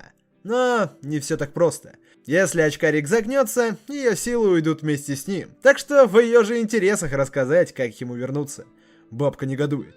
Топтать их сраные рты! Ладно, пусть слушает внимательно. Вот провода. Ему нужно запрыгнуть в них. Акарун удивлен. Они же так высоко. Но бабка напоминает. Он в астральном теле. Так пускай парит. К тому же, у него ведь уже получилось, раз уж он здесь. Акарун пытается, но ничего не получается. Его выталкивает оттуда. Турбобабка раздражена. Спирали. Неучу стоит осознать работу спиралей. Расположение семян, Млечный Путь, ДНК. Все в нашем мире состоит из спиралей. Акарун смекнул. Вот его билетик. Однако, попытавшись, его вновь ждала неудача. Байонета решает объяснить по-своему. Магнитное поле вокруг этого потока движется по спирали. И вот теперь, кажется, до Акаруна дошло. Если взяться напрямую, спиральное магнитное поле оттолкнет его. Но если не идти против движения, а наоборот оседлать его волну, начинает получаться, но довольно быстро его выталкивает обратно. Бабка говорит, что и внутри кабеля нужно продолжать так двигаться, иначе магнитное поле будет постоянно его выталкивать. Он, наверное, забыл, но ее сила — это способность нестись на скорости 100 км в час где угодно. Она бы смогла пронестись внутри кабеля даже без астрального тела. Акарун спрашивает, а разве 100 км в час не маловато для телефонов? Эти слова выбешивают бабку. Пусть сучара спустится, она его на фарш порвет. В этот раз уж точно она его прикончит. Акарун не понимает. Здесь-то он оказался за секунду. Почему сейчас так не работает? Бабка кричит, что это из-за того, что тупица в астральном теле. И пусть закроет уже свой рот, и чтобы больше не смел называть ее медленной. Байонета просит его вернуться по проводам, а она сделает все возможное, чтобы вернуться поскорее. Силу спиралей можно применять ко всему. Она не в курсе, что у них там творится. Но если бой будет тяжелый, пусть передаст это знание Момо и остальным. Спиральные приемы и движения применяются во множестве боевых искусств. В битве с врагом намного мощнее тебя нужно помнить о силе спирали. Очкарик отправляется назад. Бабка спрашивает, ну чё, по крабу-то навернут? Но планы меняются. Сейчас им нужно сделать все, чтобы поскорее вернуться. Тренировки команды продолжаются, и у них уже получается получше. Момо и Диди объединяются, и вместе их сила увеличивается. Чё-то я уже начинаю переживать за Акаруныча. Ему стоит побыстрее проснуться. День решающей битвы. Сиратори и Момо навещают Акаруна. Они обещают, что скоро вернутся. Перед боем компашка как следует подкрепилась. И после славного обеда они готовятся надрать жопу инопланетным вторженцам. Да, поначалу они, конечно, не очень сработались, но упорный труд дал свои плоды. Они теперь реально крутые. Пришельцам из космоса стоит приготовить свою рожу к осмотру. Настрой у команды реально боевой, но пора загружаться в хатомобиль. Креветыч просит всех пристегнуть ремни. Момо требует, чтобы он не лихачил. Однако Крабсу насрать. Он втопил так, что все меры предосторожности не сработали. Возвращаемся к Акаруну. Он вновь вылетает из провода. Телефонных кабелей слишком много. Так ему не добраться до дома Аясы. Вот бы кто-нибудь позвонил. Тогда бы он вмиг домчался. Спиральное магнитное поле так шустро его выплевывает. Что же делать? Ощущение, что он вечно будет так плутать. Кстати, если бы он обернулся, увидел, как дом Аясы проносится мимо. Но паренек решил просто идти за своей нитью. Кажется, он уже совсем рядом. В это время Момо дает Диди... В это время Момо дает кое-что Диди. Пусть прицепит это к своему уху. Это устройство серпа, миниатюрный передатчик. Он как-то улавливает мозговые волны, и они смогут общаться телепатически. А то в бою можно не услышать голоса союзников из-за взрывов и прочей чепухи. Далее она демонстрирует, что может эта штука. Если нажать на кнопку, выскакивает голограмма. Если нажать дважды, сменишь вид. Трижды для выключения. Необходимо запомнить это. Все-таки им нужно действовать сообща, чтобы победить. И еще, они уже обдумали это? Диди засмущался. Она же не про признание в любви говорит. Разумеется, нет. Речь идет о спецприемах. Они придумали название? Но нет. Один забыл, вторая думает, что это ерунда. Момо объясняет, что этому ее научила бабушка. Нужно использовать скрытую силу слов, чтобы создавать поистине могучие атаки. К слову о ерунде. Айра вот читает журналы про женскую красоту. Из-за этого начинаются уже привычные разборки. Но Креветыч просит их отвлечься. Впереди пустое пространство. Вторжение начинается. Рокуро напрягся. Быстро они. Врата варпа уже открыты. Небольшие корабли начинают прибывать. В следующую секунду неожиданная атака разносит хатомобиль в щепки. Уже знакомые нам пришельцы встречают гостей. Они уж было подумали, что легко разделались, но команда защитников Земли нападает. И стоит отметить, тренировки дали свои плоды. Теперь они не такая легкая мишень. Один из захватчиков решает разобраться с Креветко-саном. Своими щупальцами он хватает его. Снайпер тут же пытается его прикончить. Но на помощь приходит Айра. Сперва она спасает Крабса от выстрела, а затем с двух ног влетает в типа, что удерживал Креветыча. Сиратори командует, чтобы Момо дуло вперед, ведь оттуда прибывает все больше сраных звездолетов. Но Аяса не согласна. Здесь повсюду куча врагов. Каждого из них они могут вынести только втроем. Нельзя сейчас никого терять. Рокуро считает, что в словах Айры есть логика. Врата открылись раньше, чем он предполагал. Если они не помешают их работе, придут основные войска. И если это случится, таких здесь будет миллион. И они уже ничего не смогут им противопоставить. Момо выцеливает снайпер. Но прикончить девушку не удалось. Помешал Диди. Он просит, чтобы Аяса не медлила и шла туда. Он оттачивал владение Ки, так что сможет с ними сражаться. Креветыч тоже просит ее поторапливаться. Пусть попытается сделать что-нибудь с вратами, а они уж как-нибудь справятся с остальными. Айра кричит, чтобы они завязывали командовать. Лидер здесь она. Ну а теперь время перейти к плану Б. Момо пускай прорывается вперед. Диди интересуется, что это за план-то? А план заключен в том, что его нет. В это же время Акарун вернулся. Вот только дом исчез. Но двери подвала открыты. Он спускается туда и обнаруживает свое тело. Момо позаботилась о нем и наложила печать. Паренек решает попробовать вернуться в свое тело так же, как нырял в провода. И это сработало. Вот только по возвращении его ждал неприятный сюрприз. Тело ужасно болит. И руки трясутся, как у заправского алкаша. Еще и гравитация такая тяжелая. Он очень хочет отправиться на помощь Аясе и остальным, но это невозможно. Ему даже пошевелиться трудно. Наконец он кое-что заметил. Ему оставили еду и записку, в которой написано: «С любовью, Момо». Паренек застыл. а затем приступил к трапезе. Да, ему сейчас больно. Но очень скоро пришельцам будет намного больнее. Тем временем Забив набирает обороты. Команде Айры крайне тяжело сдерживать натиск пришельцев. Сератори понимает, что если все продолжится в том же ключе, они проиграют. Девушка кричит, чтобы Креветоч отступил. Вот только и у нее проблемы. На Айру одновременно нападает несколько вторженцев. Снайпер пользуется ее беспомощностью и стреляет. Но Диди при помощи своих сил сумел защитить девушку, а Креветка, пользуясь переполохом, освобождает Айру. Трио воссоединилось. Но что же им делать? Сератори решает, что нужно сидеть в обороне и ждать удобного момента, который переломит ход битвы.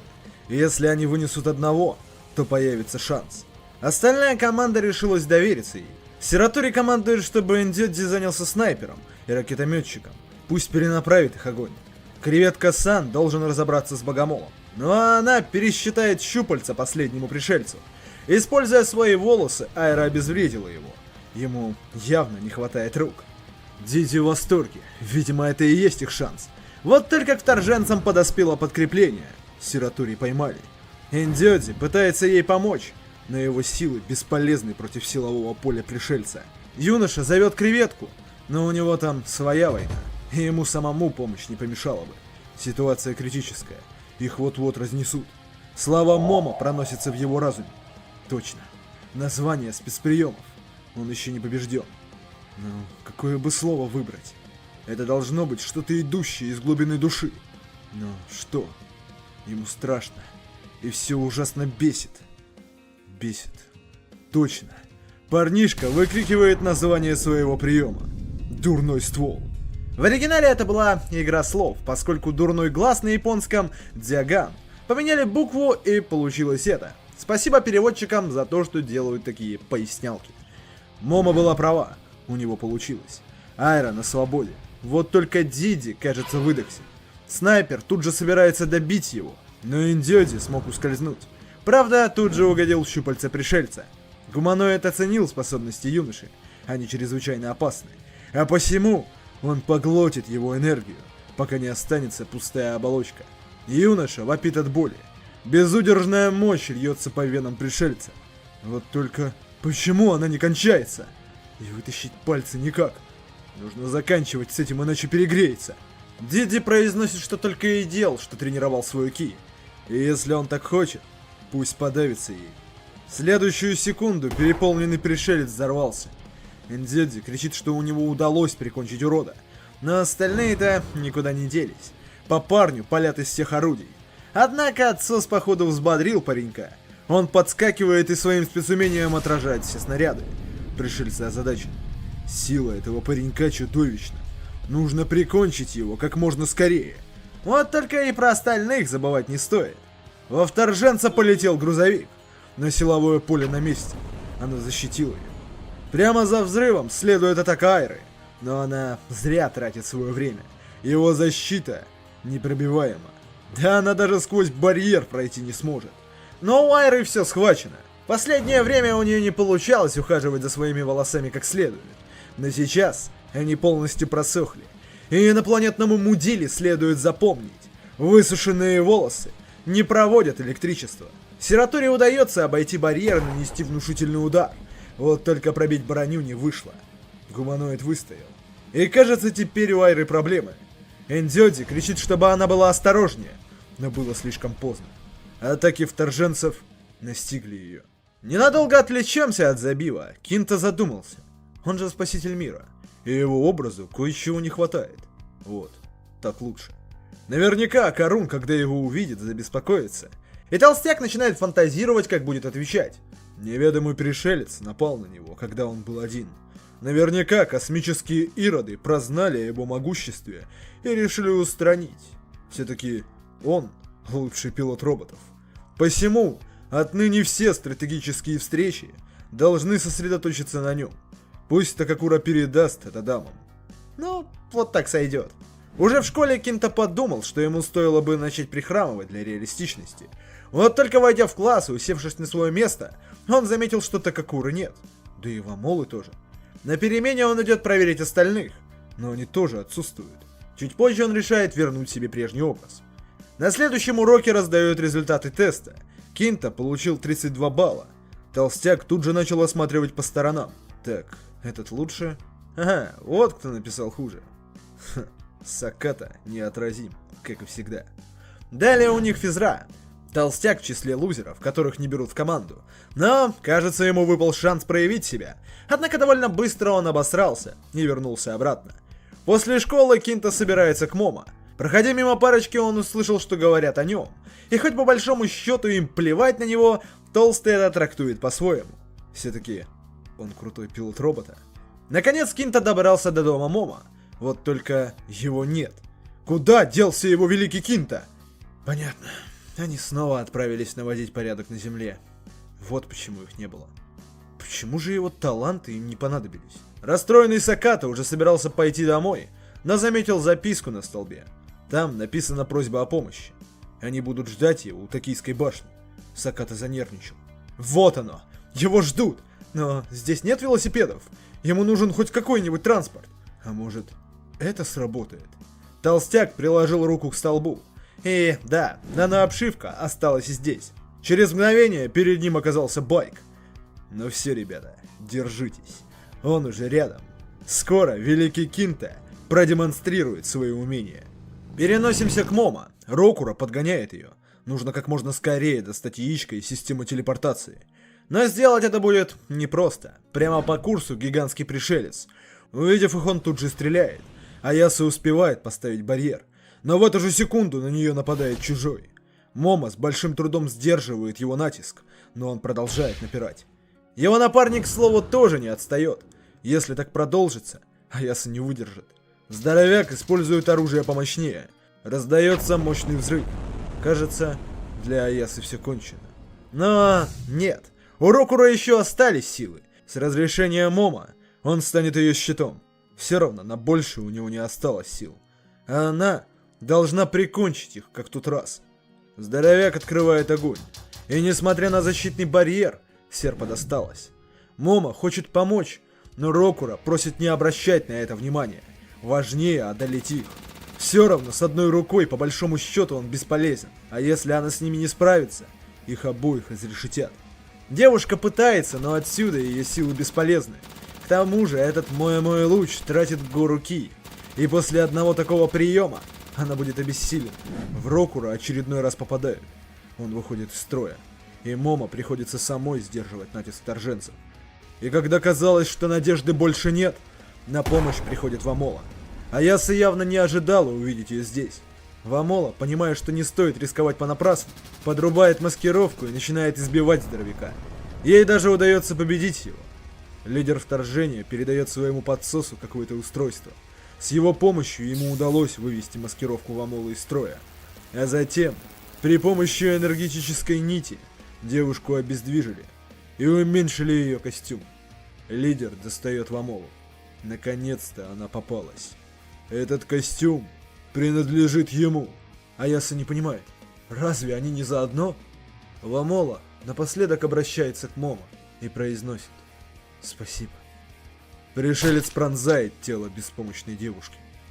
Закончив с ней, он отбрасывает ее в сторону. Момо ловит девушку своими силами. Рана глубокая, но она еще дышит. Аяса на пределе. Чем она думала? Разве она не их враг? Чужой пытается прикончить девчонок, но Серпа еще трепыхается. Он сумел установить щит. Рокура требует, чтобы она забыла о девчонке. Она ведь их враг. Сейчас нужно прикончить вторженца. Но Момо не собирается его слушать. Она хочет помочь Вамоле. Нужно остановить кровотечение. Пусть не смеет умирать. Девушка обещает, что в следующий раз выслушает ее и больше никогда не будет злиться. Честно. Просто пусть продержится еще хоть чуть-чуть. Используя свою силу, девушка пытается помочь. Но вместе с этим она видит прошлое Вамолы. В это же время остальные герои уже на грани. Но, судя по всему, из-за передатчиков они увидели то же, что и Момо. А может и нет. Поправьте в комментариях, как вы думаете, что произошло. Вместе с Момо мы становимся свидетелями вторжения на родную планету Вамолы. Как и сейчас, защитникам планеты нечего противопоставить вторженцам. Кровь льется рекой, царит хаос. И в самом его центре одинокий ребенок, потерявший родителей. Но малышке повезло. Ее спасли. Чуть позже выясняется, что благодетель не такой уж и добрый. Это ворчливая старуха, которой явно не нравится ухаживать за малявкой. Соратница заявляет, что она сама ее подобрала, так что пусть уж следит. К тому же они многое повидали на фронте. И эта малышка может быть последним выжившим ребенком. Старуха ворчит. Это все из-за мужиков. Пошли защищать их и тут же подохли. Остались только бабки. Пусть малявка зарубит себе на носу. Она не будет делать что-либо для других. И если уж хочет не помереть в канаве, пусть сама о себе заботится. Девчонка заплакала. И бабуля явно не такая черствая, судя по ее реакции. Шло время. Вамола всегда была рядом с ней. Неважно, поле боя это или готовка. Пусть и с недовольным лицом, но старушка всегда была рядом и учила ее всему, что знает сама. Затем мы узнаем, что это шумеры, и Кайдзю — их бог. Они молятся ему в конце каждого дня. Бабуля также рассказывает легенду о нем. В самый страшный день шумеров их бог явится, чтобы спасти свой народ. Но все это полная хрень. Однако традиция штука страшная. Она даже и сама не заметила, как пристрастилась к ежедневным молитвам. Стоит хоть одну пропустить, и становится плохо. Но она все равно в это не верит. Просто глупые сказки, не более. Они говорили, что в наше время войны быть не может. И поэтому взяли и ослабили государство. А по итогу на планету вторглись пришельцы. То же самое и с мужиками. Бахвалятся они гораздо. Но где они теперь? И вот с Богом то же самое. Поэтому она присматривает за собой сама. И срать ей на все вокруг. Она переживет этот идиотизм. Даже если ради этого придется пожертвовать парой человек. Проходят годы, малышка становится старше. И наконец перед нами та самая Вамола, которую мы знаем. В данный момент она радуется одежде, которую они нашли в руинах. Также мы узнаем, что бабулю зовут Банга. И она ненавидит, когда малявка называет ее матерью. Пусть проявит хоть немного уважения. Соратница бабули хихикает. Но раз Банга не хочет, пусть зовет ее мамой. Но Вамола отнекивается. В любом случае, эта девочка дочь всех шумеров. Чуть позже разведка донесла, что на западе осталось 3000 шумеров. Отряд собирается объединиться с ними. Банга настроена скептически. Есть гарантии, что они живы. Ей отвечают, что враг не мог разом уничтожить столько людей. На то мы порешили. Отряд выдвигается. Банга чувствует что-то неладное и просит Вамолу держаться в центре. Лидер группы приказывает остановиться. Впереди огромная тварь. Это большая мамочка. Черт. Дружественный отряд угодил в западню. Бедные женщины. Банга просит Вамолу смотреть внимательнее. Большая мамочка пожирает людей для подпитки, а затем рожает орудия. Под всей этой броней скрываются хрупкие, мягкотелые создания. Без костюмов им не выжить. И мамочка воссоздает их. Из утробы свиноматки появляется уже знакомая нам броня. Вамола заметила сходство с богом Шумер. Банга говорит, что, видимо, все съедены и перед смертью молили Господа о спасении, но по итогу сдохли. Это оружие является воплощением шумерской ненависти. Но им пора идти. Увы, помогать тому отряду они не будут, иначе погибнут. Группа продолжает движение, и некоторое время спустя они добрались до нужного места. Храм совсем рядом. Вот только когда они подошли поближе, он исчез. Банга быстрее всех поняла, что это была голограмма. Отряд угодил в западню. Пришельцы открывают огонь. Воительницы пытаются скрыться в лесу, но они окружены. Отряд обречен. Вамоле крепко досталось. Как и в детстве, Банга вновь приходит на помощь. Че это она тут расселась? Помереть захотела? Соратницы заметили лазейку. Это их шанс. Нужно бежать туда. Теряя подруг, группа воительниц зубами выгрызает себе путь к спасению. Битва была очень тяжелой, но она закончилась. В живых осталось лишь несколько воительниц. Вамола, заметив ранение мамы, пытается помочь. Но бабка лишь напоминает. Она ей не мать. Не обращая на это внимания, девушка собирается перевязать ее. Но Банга выбивает аптечку из ее рук. Че она творит? Она ж последняя. Вамола не понимает, почему она вечно так поступает. Банга требует, чтобы малявка перестала считать ее матерью. Они не семья. Чужие люди друг другу. Как и все тут. Нельзя никому доверять. Вот поэтому они и попали в засаду. Доверились. Все кончено. Абсолютно все. Одна из воительниц произносит, что хочет увидеть океан. Она выросла в бедном городишке. И если уж помирать, то хотя бы там, где сможет увидеть пляж. Ее подруга улыбнулась. Идейка-то что надо. Она пойдет с ней. Но вот соратница ее рвения не заценила. Если она попрется за ней, то не увидит океан. Ее жирная жопа будет мешать. На, шутки в сторону. Вамола с Бангой-то с ними? Бабуля явно не настроена куда-то идти. Воительницы отправляются вдвоем. Оставшись наедине с названной матерью, Вамола укладывается к ней на колени. Банга злится. Вамола отвечает, что она умрет на коленях своей матери. Бабуля недовольна. Она тяжелая. К тому же, ей что, до самой ее смерти приглядывать за ней? Естественно, она ж подобрала ее. Так что пускай несет ответственность. А затем Вамола просит, чтобы мама убила ее. Она не хочет умирать от их рук, но она готова принять смерть из рук родного человека. Банга берет оружие и собирается исполнить просьбу малявки. Бедная девочка дрожит, ей страшно. Банга решает сказать: до того, как мир стал таким, она была кухаркой в королевском дворце. Эти руки были заточены для готовки еды, которую каждый будет уплетать за обе щеки, а не для того, чтобы держать в них оружие.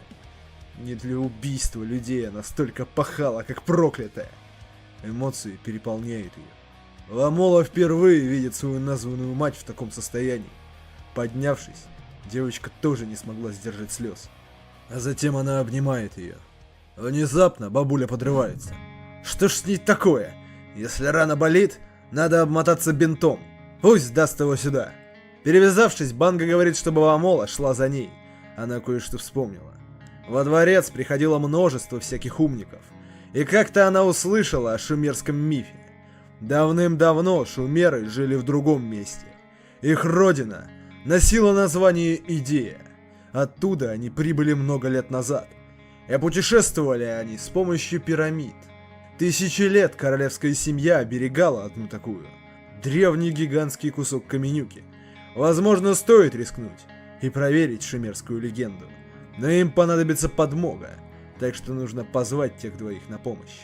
Однако добраться до пирамиды будет ой как непросто. Переносимся к двум воительницам. Они уже вовсю сражаются с пришельцами. Черт, океана так и не видать. Нужно подобраться поближе. Нельзя умереть, так не увидев его. Но их слишком много. Неожиданно они услышали знакомый голос. Но еще эти две старые клячи расселись тут. Так они никогда не увидят свой океан.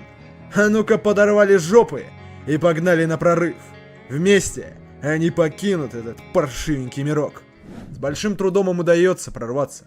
Они уже во вражеском логове. Вамола замечает пленников. Но почему они совсем не похожи на них? Бабуля говорит, что это мужики.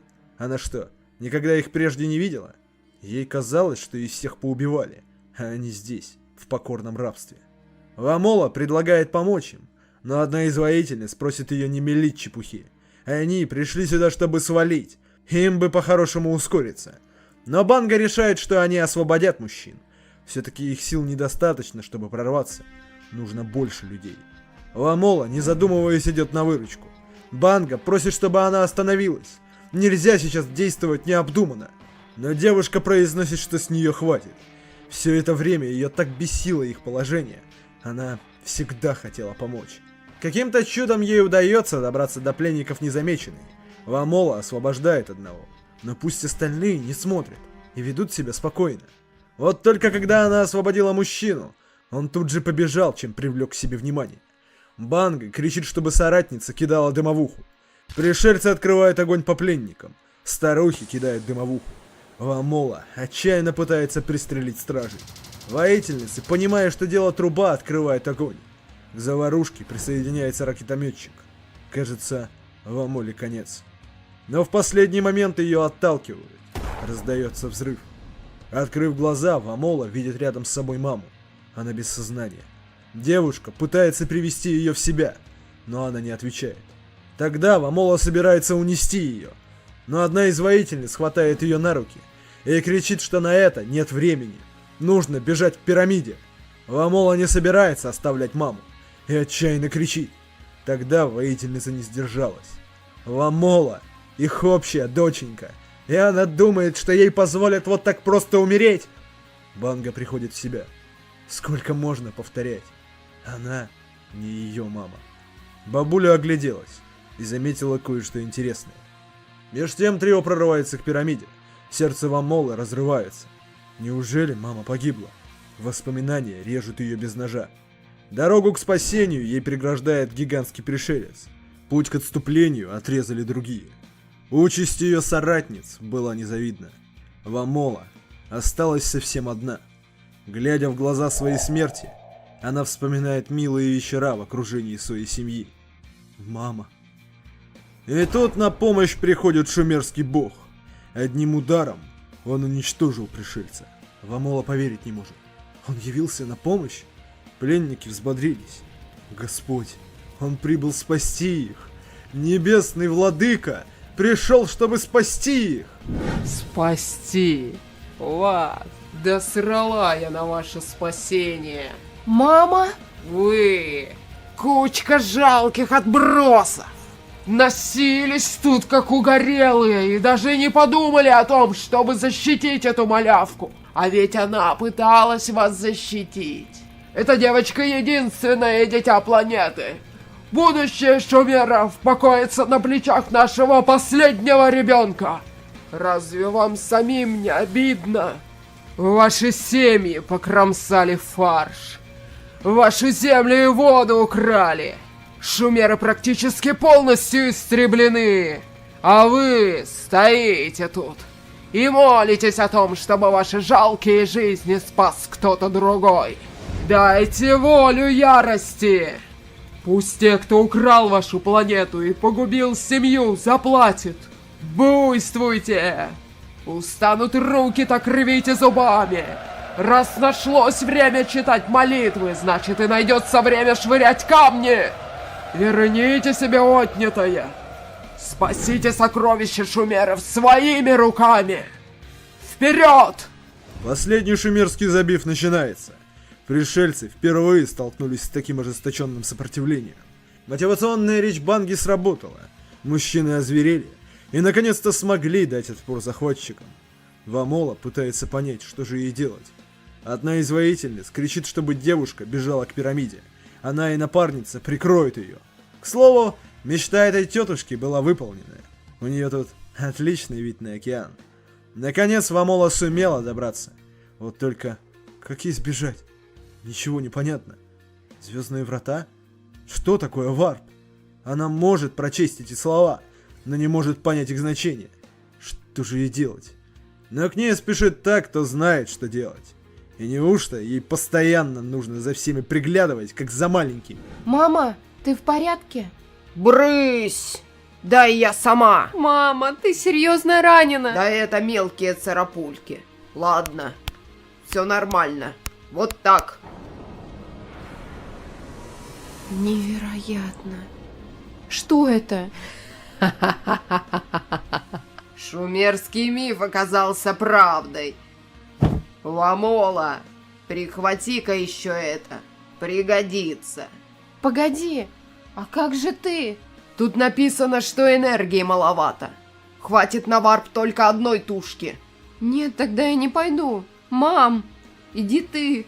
Тебя же так ранили. А я как-нибудь найду способ отправиться следом.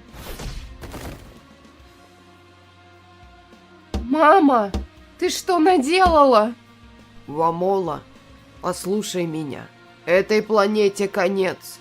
Поэтому отправляйся на новую и начни там новую жизнь. Испытай любовь. Когда дорогие друг другу люди решают навсегда остаться вместе, это зовется брак. Ты ничего не знаешь о мужчинах, поэтому будь осторожнее. И если и выйдешь замуж, пусть он будет добрый, сильный, и чтоб ваши детки тоже были такими. Передай кровь шумеров следующим поколениям. Так ты сможешь успокоить души всех погибших шумеров. Мама! Я ведь просила не называть меня так. Иначе материнские чувства переполнят меня, и я не смогу сражаться. Но ты такая прелестная и такая родная моя душечка, что я никак не могу удержать их. Вамола, я люблю тебя.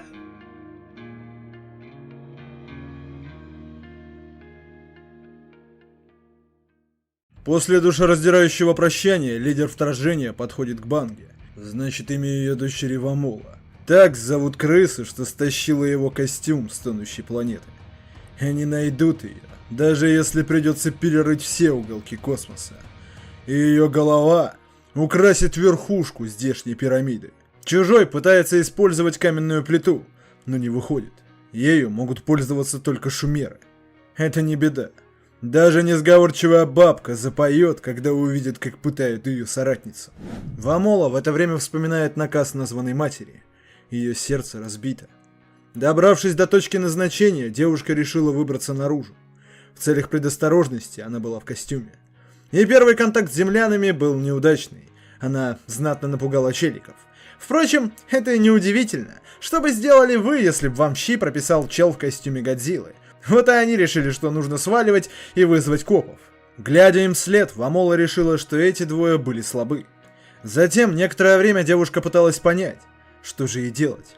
В своих бесцельных скитаниях она умудрилась надавать по щам медведю. И вот так она слонялась день ото дня. Однажды девушка заметила парочку. Они целовались. Вспомнились слова матушки о браке. Это заставило ее задуматься о целях. Все это время она искала себе сильного мужчину. Но ведь это далеко не все. И зачем те двое касались друг друга ртами? Это так делают детей? И вот в этот момент она и заметила Акаруна и Момо. Ее костюм среагировал на них.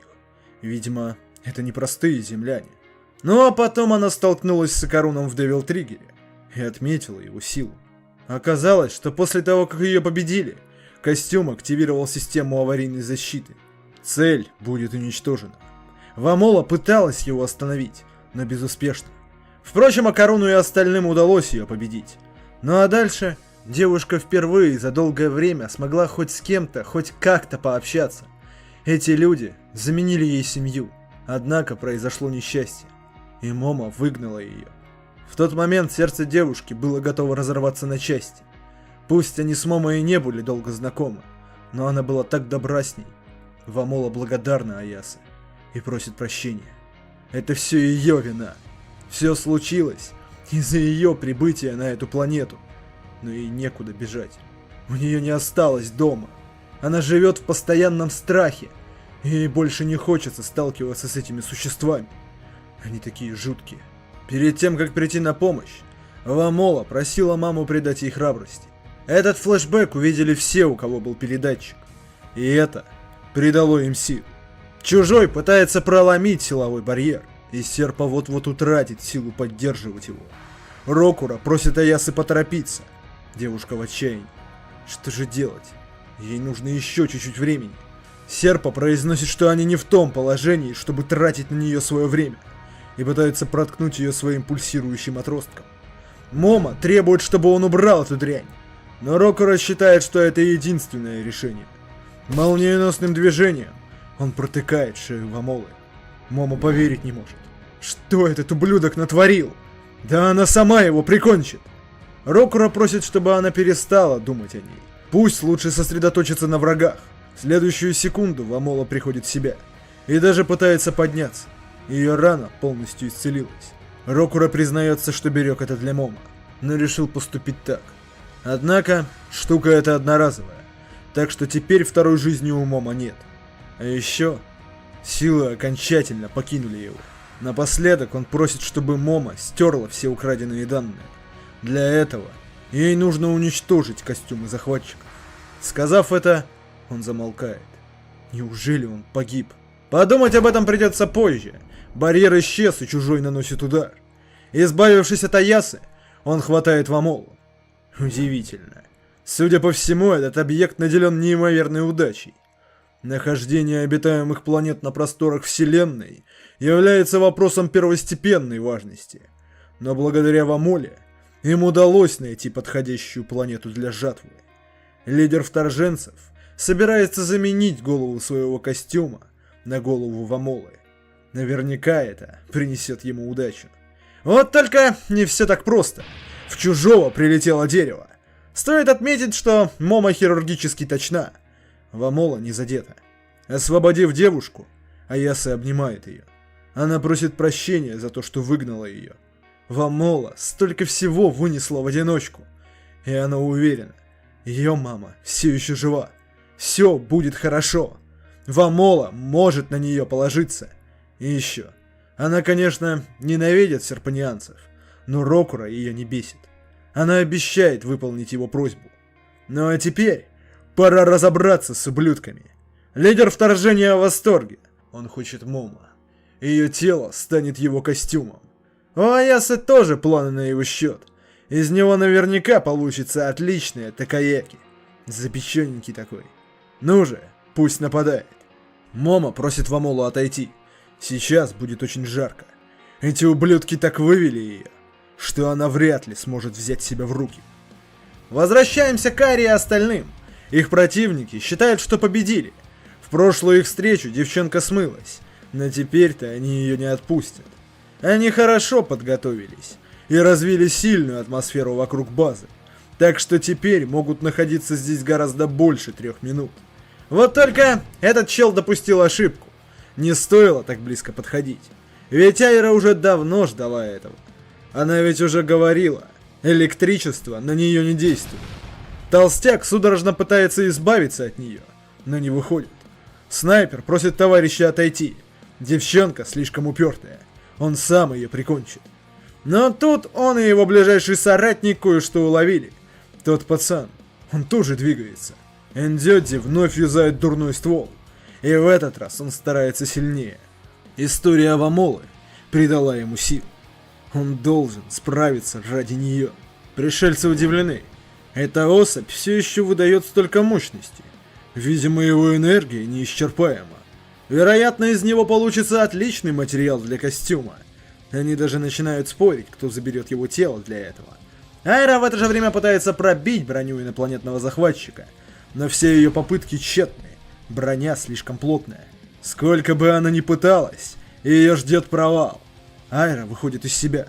Пусть говнорожий примет не пиздин и захлопнет уже свою варежку. Однако одной лишь словесной ругани недостаточно. Более того, пришелец уже устал с ней возиться. Столь несносный человеческий организм должен быть распотрошен и развеян по ветру. Кажется, Айре вот-вот придет конец. Но неожиданно она услышала голос Такакуры в своей голове.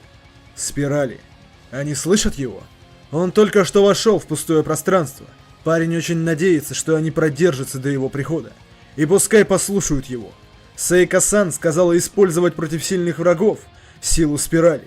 Диди вспоминает один из уроков. Волчок. Он стоит только пока крутится. Это и есть сила спирали. Пусть попытается закрутить свою ки по спирали в точке ниже пупка, а затем объединить свою ки с ки дурного глаза и заставит их вертеться.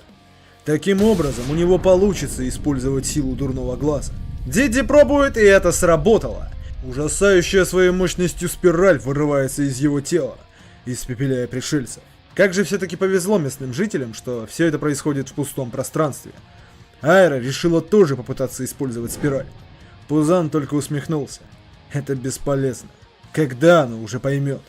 Вот только его самонадеянность сыграла с ним злую шутку. Броня дала трещину. Сиратори не собирается останавливаться. Вамола. Пусть подождет чуток. Уж за такую храбрую девчонку она всем жопу надерет. Диди напоминает ей про название спецприема, и Айра придумала. Благородный Бу. Несокрушимый пришелец, наконец повержен.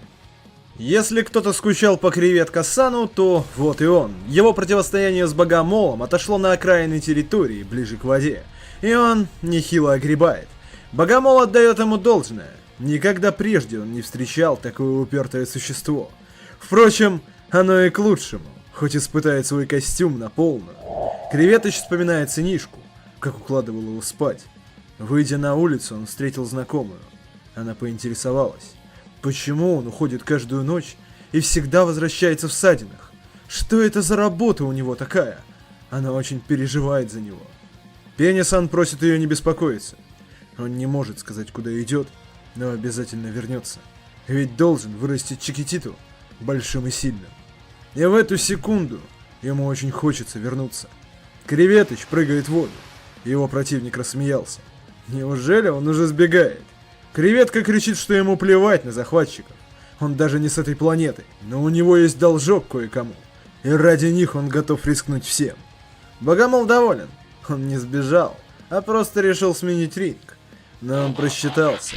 Ведь у него есть своя водная форма. И в ней он становится в 100 раз сильней. Без лишних слов вторженец атакует. И Креветычу нечего ему противопоставить. Он продолжает всасывать поединок. Каждый пропущенный удар приближает его к погибели. Богомол сетует на то, что в воде не может пользоваться своими лезвиями. Впрочем, это компенсируется бурным ростом силы и скорости. Он думал, что в воде будет проще, но вода — его стихия. Однако, его противник крепкий парень. Бей, руби, все не работает. Поэтому он введет в него яд, растворит внутренние органы и высосет их. Креветыч произносит, что его противник слишком большой, с ним неудобно драться. Но теперь он так близко, что его можно ударить. Креветыч начинает трансформацию. В этой форме он бьет в 24 раза сильнее, а в воде его кулаки бьют в 10 раз мощнее. Выходит, он стал сильнее в 240 раз. Богомол не верит в такую идиотскую математику. Это просто блеф. Ну и Креветыч дает ему проверить расчеты. Одним ударом он отправил Богомола в мир иной. Чистенько получилось. Но нужно выбираться отсюда. Оказавшись на поверхности, Креветка усмехнулся. Он постоянно орет про 24 часа, когда принимает эту форму. Но без энергетика серпа способен бить на полную катушку не больше 24 секунд. Встав на ноги, он извлекает из себя яд. Пусть он и слаб, но из расы воинов. И яд на него не работает. Как и любой крутой парень, Пенни-сан не оборачивается на взрыв. Возвращаемся к Сератории и Индёдзи. Они победили, но изрядно вымотались. Довольно быстро их находит Креветыч. Слово яйцам. Они живы. Сератори просит, чтобы он проведал Диди. Она справится сама. А еще им нужно спешить к Момо. Тот свет еще не потух. Наверняка она в беде. Индёдзи. Почему же он не встает? Неужели не справился? Переносимся к Момо. Она уже вовсю махается с лидером вторжения. Его подсос пользуется тем, что все внимание на боссе, и пытается зайти с фланга. Но у Момо все схвачено. Она буквально закатывает его в землю. Создав этакий шарик, девушка откидывает его в сторону. А другой подобный комок пуляет в лидера. Он без труда нейтрализует его, а затем возвращает отправителю. Момо кричит, чтобы Вамола была за спиной. Девушка всеми силами пытается отразить атаку, но напор слишком силен. В конечном итоге пришельцу удалось сбить девчонок с ног. Но это только начало. Понимая, что медлить нельзя, Аяса использует мой луч. Однако мощности не хватает. Удалось лишь выиграть немного времени. Этим его не прикончить. Что с этим уродом не так? Даже ее мой луч отразил. У лидера тот же вопрос. Никогда прежде он не встречал такой сильный организм. Чужой выбирается из своей темницы. Но это не главная проблема. Прибыло подкрепление. Ситуация безвыходная. Их слишком много. Но Момо даже в такой ситуации не пасует. Встав на ноги, девушка собирается хотя бы разок, но всечь инопланетным мудилом как следует. Однако одной решимости маловато. Захватчики не собираются играть честно и обрушивают на нее всю свою ярость. В Амоле еще хуже. Ею готова на роль каски. Один из пришельцев уже предвкушает вкус ее плоти. Момо пытается что-то сделать, но ее схватили. Глаза закрываются, сознание мутнеет. Однако, вы ведь не забыли, кто совсем недавно вошел в пустое пространство. И, судя по всему, путешествие в Астрале дало свои плоды. Он научился перемещаться по линиям электропередач. Инопланетные вторженцы разом ощутили мощь Такакуры. Он одним махом прикончил нескольких ублюдков и освободил Момо. Девушка открывает глаза. Не может быть. Акарун. Увидев, что она пришла в себя, паренек благодарит ее за карри. Она была очень вкусным. Аясы плачет и обнимает своего героя, но признается, что карри было из сухпайка. Но сейчас не время для этого. Нужно спасать Вамолу. Но о ней можно не беспокоиться. К нашим героям тоже прибыло подкрепление. Айра уничтожает ублюдка. Косплей Каски отменяется. Креветка-сан тоже на месте. Но где же Дидзи? А Карун просит Аясы быть осторожнее. Это ускользнуло от его взора, пока он спал. Но сегодня вторник. А значит, дурной глаз должен быть готов к бою. Так и есть. И Демогенос уже собирается втащить Такакури как следует. Вот только вторженцы не дают ему спокойно подраться. Это ужасно бесит, ведь он так ждал этого поединка. И если они встанут на пути, они их похоронят. Что ж, все на месте, а стало быть, можно устроить последний забив. Момо командует. Погнали. Наши герои атакуют. Такакура использует линии электропередач, чтобы наносить максимальный урон захватчикам. Во время этого главное помнить совет Турбобабки, иначе спиральное магнитное поле вытолкнет его. Его новые спецприемы куда смертоноснее предыдущих. Увидев, на что теперь способен Акарун, Момо ошарашена. Это было круто. Она и сама хотела бы снести пару инопланетных рож, но ее сила еще не восстановилась. Впрочем, дурной глаз выручает в трудную минуту. Однако это так, разминка перед настоящим противником. Такакура ведь не забыла их поединки. Прокричав это, Демогенос швыряет инопланетную тушку прямиком в очкарика, а Каруну с трудом удалось увернуться. Но в следующую секунду ему пришлось уворачиваться вновь. Демогенос в экстазе. Как же это весело! Момо кричит, чтобы дурной глаз завязывал с этим. Сейчас не время. К вечеринке решает присоединиться чужой. Своей атакой он отбросил обоих. И дурному глазу не особо повезло. Он вновь попал под удар пришельца. Айра обеспокоена. Таких как он здесь полно. Такакура вынужден вновь сразиться с чужим. Демогенос же продолжает впитывать урон. Но это ему надоело. Мощнейшим ударом он уничтожает пришельца. Они уже достали. В прошлый раз он позволил им жить, потому что у них клевая форма. Но больше терпелить он не намерен. Хватит уже мешать. Лидер вторжения на пару с чужим пытается прикончить Акаруна, но Момо приходит на помощь. Девушка просит его быть осторожнее. Этот большой чувак может искривлять пространство и швыряться им. Нельзя приближаться к нему. Чужой атакует, и в эту же секунду Акарун ныряет в линию электропередач, чтобы наконец успокоить Прилипалу. Это сработало. Лидер вторжения пользуется этим и собирается стереть Момо. Такакура тут же закрывает ее собой и решает выложиться на полную. Вот только лобовая атака не сработала, не получается достать. Аяса спасает его, оттащив назад своей призрачной рукой. Искривив пространство, предводитель пытается достать парочку, но Акарун уносит Аяса из зоны поражения. Он защищается, вырезая пространство. Атака в полную мощность не работает. Момо кричит, что ее атаки бесполезны. Его пространственные удары блокируют все. А если она попробует еще раз, то у нее не останется сил. Что же им делать? Акарун произносит, что еще способен на одну мощную атаку. Но Момо кое-что заметила. У этого урода на спине какой-то мусор. Такакура смекнул. Выходит, там он хранит вырезанное пространство. Получается, его спина — это типа другое измерение. Аяса командует. Пусть Акарун направляется к нему. У нее есть идея.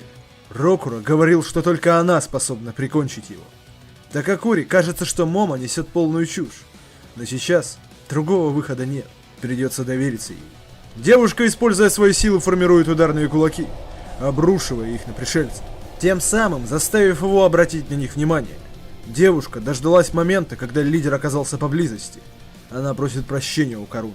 Это ее остановка. Отважная девчонка прыгает прямо на вторженца. Он как раз открыт. Время применить мой луч. Лидер, используя свою способность, пытается стереть Момо. В следующую секунду девушка пропала из виду. Такакура и все остальные поверить не могут. Момо. События последних дней проносятся в сознании Акаруна. Не может быть. Аяса. Яростный крик вырвался из его груди. А затем происходит взрыв, уничтожающий костюм пришельца. Серпа говорил, что сила Момо превосходит все измерения. Только она способна победить это существо. И вот без своей способности вырезать пространство, он самый обыкновенный кусок дерьма. Вот только лидер еще трепыхается и сейчас планирует отомстить. Момо просит Акаруна помочь. И Такакура, используя свой суперрывок, добивает ублюдка и спасает возлюбленную. Но, как и обычно, после второго раза силы покидают его. Момо благодарит Акаруна за спасение, Но Такакура хватает ее за плечи. И о чем она только думала? Зачем так рисковать? А если бы она умерла? Что было бы тогда? Она что, совсем того? Аяса просит прощения. А Карун не может сдержать эмоций. Слава богу, с ней все хорошо. Казалось бы, что лучшего момента для признания не будет, но ему помешал взрыв, отбросивший парочку. Да, может, они и прикончили лидера, но вторжение все еще происходит. И здесь крайне небезопасно. А хуже всего то, что они оба потратили свои силы. Прямо по курсу. Опасность. Но на помощь приходит Вамола. Ей удалось вернуть свой костюм. Увидев Аяса, Вамола произносит: «Такаяки». Момо в восторге. Сиратори кричит, чтобы Момо закрывала портал. Оттуда пришельцы прут и прут. Она бы и рада, но их окружили. Тогда Айра приказывает креветке расчистить им путь. Пенисан тут же выполняет поручение. Пусть следует за ним. Он поможет. В это же время оказывается, что лидер пришельцев не погиб, только лишился своей брони. Его истинная форма весьма специфична. Он не собирается спускать такую дерзость с рук. Приметив Вамолу, он тут же направился к ней. И при помощи своих щупалец сумел забраться наверх. Вамолу оповещает о нарушителе, но она не успевает ничего сделать. Ублюдок уже проник внутрь и без труда захватил девушку. И вместе с тем контроль над броней. Первым делом он атакует Сиратори, что была поблизости. Никто не понимает, что происходит. Злобный Сквидвард, разобравшись с первостепенной проблемой, активирует режим бойни. Кайдзю становится еще более смертоносным. Стоит отметить, нашим героям повезло, что Вамола во время первого забива не активировала этот режим. Тогда бы они вряд ли победили. А Каруну и остальным приходится бежать. Оказавшись на безопасном расстоянии, Очкари кое-что заметил. Вамола торчит из его пасти. Момо просит Айру помочь ей. Вот только Сиратори сейчас немножко занят. В эту же секунду в толпу пришельцев влетает какой-то крутой челик на мотоцикле. Кто же это? Ничтожные создания, приношу свои извинения за опоздание. Объятия оставьте на потом. Увидев очкарика, Момо злится. Это же записка предназначалась бабуле. Какого хрена он взял ее? Что же он наделал? Толстяк на первый раз прощает им такие дерзости в свой адрес. Но пусть уже проводят его к великому Кинте. Момо кричит, что ее дом разбит в труху и разбросан по округе. Так что не выйдет у него призывать своего Мегазорда. Но сейчас не время собачиться. Вамола в опасности. А Карун просит Сиратори сделать что-нибудь. Но пришельцев слишком много. В это же время лидер отпускает девушку. Вамола с огромной высоты падает вниз. Настал его черед. Силой мысли Кинта воздействует на байк и видоизменяет его. А затем отправляется на помощь. Но вы же не думали, что все будет так просто? Пришельцы настигли жирнича. Его летательный байк разносится в щепки. А Карун и Момо сердится. Ну и на кой он приперся? Им теперь нужно каким-то чудом спасать двоих. Вот только Саката сам по себе чудо. В полете он кричит Вамоле, чтобы она тянулась к нему. И когда ее ладонь оказалась в его руке, Саката достает кусок нанообшивки и кричит, чтобы великий Кинта явился. Обшивка начала светиться. План Сакаты сработал. Его великий робот собрался вновь. Группа поддержки в восторге. Этот мех выглядит куда лучше прежнего.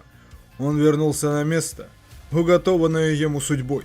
За штурвалом великого Кинты вновь оказался великий пилот. Саката хватает Токийскую башню и нападает на Кайдзю. Пока у них 1-0. Саката спрашивает, ну и как ему на вкус Токийская башня? Ощутил мощь обломков танков? Все-таки она изготовлена из них. Вот только у Годзиллы появился аргумент в виде подобной башни. Однако Саката не дрогнул. У Токийской 4 ножки, а у Токио Скай 3 всего 3. Так что здесь у него больше. Удар неимоверной силы обрушился на Кайдзю, но он сумел выстоять. Токийская башня была сломана. Вот только это не имеет значения. Высота этой достопримечательности ровно 333 метра. Вместе 3 тройки рождают девятку. Число, известное своей сакральной силой. И поэтому Токийская башня — его мистический меч. Прокричав это, очкарик вновь роняет Годзиллу. Счет 2-0. Вамола обрадовалась. Кинта сильный. Толстяк засмущался. Но наконец-то до нее дошло. Вот только Годзилла не повержен. Что ни говори, костюм просто невероятен. Все атаки противника не нанесли ему урона. Саката из-за нескольких удачных выпадов возомнил себя чемпионом. Позабыв об осторожности, он набрасывается на Кайдзю. Чем быстрее с ним разберется, тем скорее окажется в объятиях красотки. Вот только на сей раз лидер вторжения церемониться не стал. Кинто на панике. Нужно, чтобы его робот быстрее восстанавливался. Но вряд ли это поможет. Кайдзю слишком быстро уничтожает робота. В конечном итоге он сбивает Кинту с ног, а затем вытаскивает капсулу, в которой они с Вамоло сидели. Что ж, это был славный бой, но все уже кончено. Совсем скоро через варп прибудут мириады звездолетов, а затем начнется охота. Стоит отдать им должное, они чуть не заняли 3-е место среди его самых сложных сражений. Все, что принадлежит им, отныне его собственность. Эта планета теперь за ними. Но почему? Почему он еще пытается сражаться? Его сердце буквально у него на ладони. Пора бы принять судьбу. Зачем противиться ей? Даже низшие формы жизни вроде них должны знать, что такое поражение. Зачем сражаться в бесполезной войне? Кинте есть что ответить. Просто ему нечем гордиться. Он заматывается в бинты ради показухи. Вечно ищет людей хуже него, когда сам ни на что не способен. Но даже у него есть дорогие сердцу вещи. Роботы и красотки. И все это прямо у него в руках. Если он отбросит их, сбежав в ужасе, то будет жалеть об этом до конца своих дней. Кайдзи надоело слушать его треп, и он уничтожает капсулу. Нес какой-то бред. К тому же вряд ли от него была польза. Другие выглядят более питательными. Но Саката не погиб, и категорически не согласен. Он абсолютно незаменим, ведь управляет великим Кинтой лучше кого-либо. Все это время он лишь отвлекал Годзиллу, манипулировал другими частями робота и благополучно сумел переместиться за спину своему противнику. Ведь он знает главную слабость любого кайдзю. Они не способны дотянуться до своей спины. Но самое главное, он сумел запилить этакий реактивный ранец для кайдзю. Раз уж ни один его удар не способен повредить костюм, остается лишь повредить его содержимое. Когда-то Аяса Момо так победила Вамолу, и он запомнил это. Против кайдзю наиболее эффективны пауэр-бомбы. Лидер вторжения пытается что-то сделать, но уже слишком поздно. План Сакаты осуществился. Если вы переживали за парочку, не волнуйтесь, у них был парашют. А вот злому Сквидварду знатно досталось. Момо хвалит очкарика. Кстати, Акарон таки нашел свой шар, о чем поспешила оповестить Аяса. Она тут же побежала к нему. Чёртово яйцо. Вечно теряется и кучу проблем приносит. Вот бы его раздавить. Акарон просит ее быть осторожнее. Оно ж все-таки его важная часть. Уверен, она бы пожалела, если бы его раздавила. Впрочем, оставим сальные шуточки. У героев праздник. Они победили. Врата наконец-то закрываются. Осталось только добить остатки, и можно по домам. Вот только они опоздали. Инопланетная флотилия все-таки успела запрыгнуть в последний вагон. И буквально с порога они демонстрируют свою мощь. С таким количеством противников им ни за что не справиться. Но самое ужасное впереди. Пустое пространство начинает разрываться. Если они выберутся за его пределы, будет очень много жертв. Момо кричит, что у них нет выбора. Нужно отстроить робота заново и попытаться дать им отпор. Они не должны позволить им здесь бесчинствовать. Вот только впереди маячит новая угроза. Узкоротая преградила ей путь. И девчонка-то хороша, почти вырвалась из ее хватки, но ей не повезло. Отныне до конца своих дней она будет игрушкой в ее зеркальце. Оторвет ей ручки, ножки и хорошенько напомажет ротик, чтобы она всегда широченно улыбалась. Как же весело они проведут вечность вместе. Даже Момо, кажется, утратила веру. От бессилия она падает на колени и закрывает глаза. В последние секунды своей жизни она думает о бабушке. Как же хочется увидеть ее сейчас. Эти слова заставили Ускоротую кое-что вспомнить. Руины города, десятки трупов и самолеты, скидывающие на раненых бомбы. А затем она посмотрела в небо. Прямо сейчас здесь происходит то же самое. Душераздирающее воспоминание рвется из груди. Когда-то и она хотела увидеть своего родного человека. Кто эти ублюдки? Что за выродки, способные сбрасывать на людей бомбы? Узкоротая поднимает зеркало вверх. Она ни за что не позволит им повторить то, что пережила сама. Захватчики будут уничтожены. Вражеские корабли попадают в зазеркалье. Наши герои разинули рты от удивления. Довольно быстро вся армия пришельцев оказалась заточенной в зеркале узкоротой. Но такие питомцы ей не нужны. И она довольно быстро уничтожает всех. Акарун огляделся. Кажись, никого не осталось. Все испарились. Но кто эта женщина? Она на их стороне? Аясы произносит, что это Касима Рейка. Даже бабуля не способна ее одолеть. Это сильнейший Йокай. Такакура сразу смекнул, что к чему. Он закрывает собой Момо и просит, чтобы Касима забрала его. Момо требует, чтобы Акарун не смел собой жертвовать. Это ее проблемы, и она разберется с ними сама. Глядя на то, как эти двое пытаются спасти друг друга, Рейка кое-что вспомнила. Светлые деньки ее юности. Теплота тех дней заставила ее отказаться от своих намерений. Рейка исчезла, оставив парочку наедине. А через мгновение и пустое пространство пропало. Город вернулся в прежнее состояние, и ему больше ничего не угрожает. Ребята огляделись. Кажется, она ушла. Теперь нужно отыскать друзей. Но они сами их отыскали. Дом починен, поставлен на колеса, и все их товарищи хоть и потрепаны, но живы. После дружеских обнимашек можно отправляться домой. Вечером закатили настоящий пир, ведь бабушка вернулась и наготовила кучу еды. Намамото ни на шаг от нее не отходит. Она хочет вдоволь нанюхаться своей бабулей. Байонета от такого не в восторге. Она только мешает ей готовить. Пусть лучше берет пример с Вамолы и поест нормально. Остальные, пережив ужасы вторжения, просто дурачатся. Наконец-то они могут себе это позволить. Турбокошка докопалась до Акаруна. Здесь только вкуснятины, благодаря ей. Она его выбирала. Вкусно? Акарун согласился, но не поблагодарил ее. Это подрывает жопу турбокошечки. Пусть добавит больше эмоций в свой ответ. Акарун так и делает, но это тоже не устраивает бабку. Как был бестолковым, так и остался. Кошка уходит, но вместо нее к Акаруну пристала Момо и своровала кусочек мяса с его тарелки. Что не особо нравится Такакуре. Но время поговорить о серьезном. Аяса переживает за Вамолу. Она наверняка волнуется о своей маме. Сейчас по ней это не скажешь, но в глубине души Вамола постоянно думает о ней. Акарун согласен. И если честно, его тоже беспокоит судьба шумеров. Креветыч сказал, что даже у серпа нет технологий, позволяющих совершать варпы на такое далекое расстояние. Поэтому на данный момент им никак не добраться до их планеты. Но у них есть Лудрис. Может, удастся выйти на него. Он обязательно поможет. Их беседу прерывает Рокура. Он все-таки выжил. Момо выполнила свою часть сделки. И сделала это блистательно. Выжил он, кстати, благодаря креветке. Он прицепил к нему кусок нанообшивки. И это сработало. Рокура признается, что ему до сих пор трудно поверить в то, что на нем технология самого Лудриса.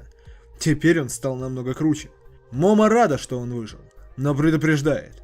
Если он нападет на них еще раз, она надерет ему задницу. Рокура молчит, а затем уходит. Больше ему нечего сказать. Байонета недовольна. Значит, пока ее не было, они одно карри ели. Точно. Карри. Записка. Аяса взволнована. Он же видел ее. Акарун не понимает, чего это она так обеспокоилась. Байонета продолжает выяснять насчет карри. Но девушка тут же кричит, чтобы она ничего про него не говорила. Бабуле по большому счету пофиг. Но карри-то закончилась.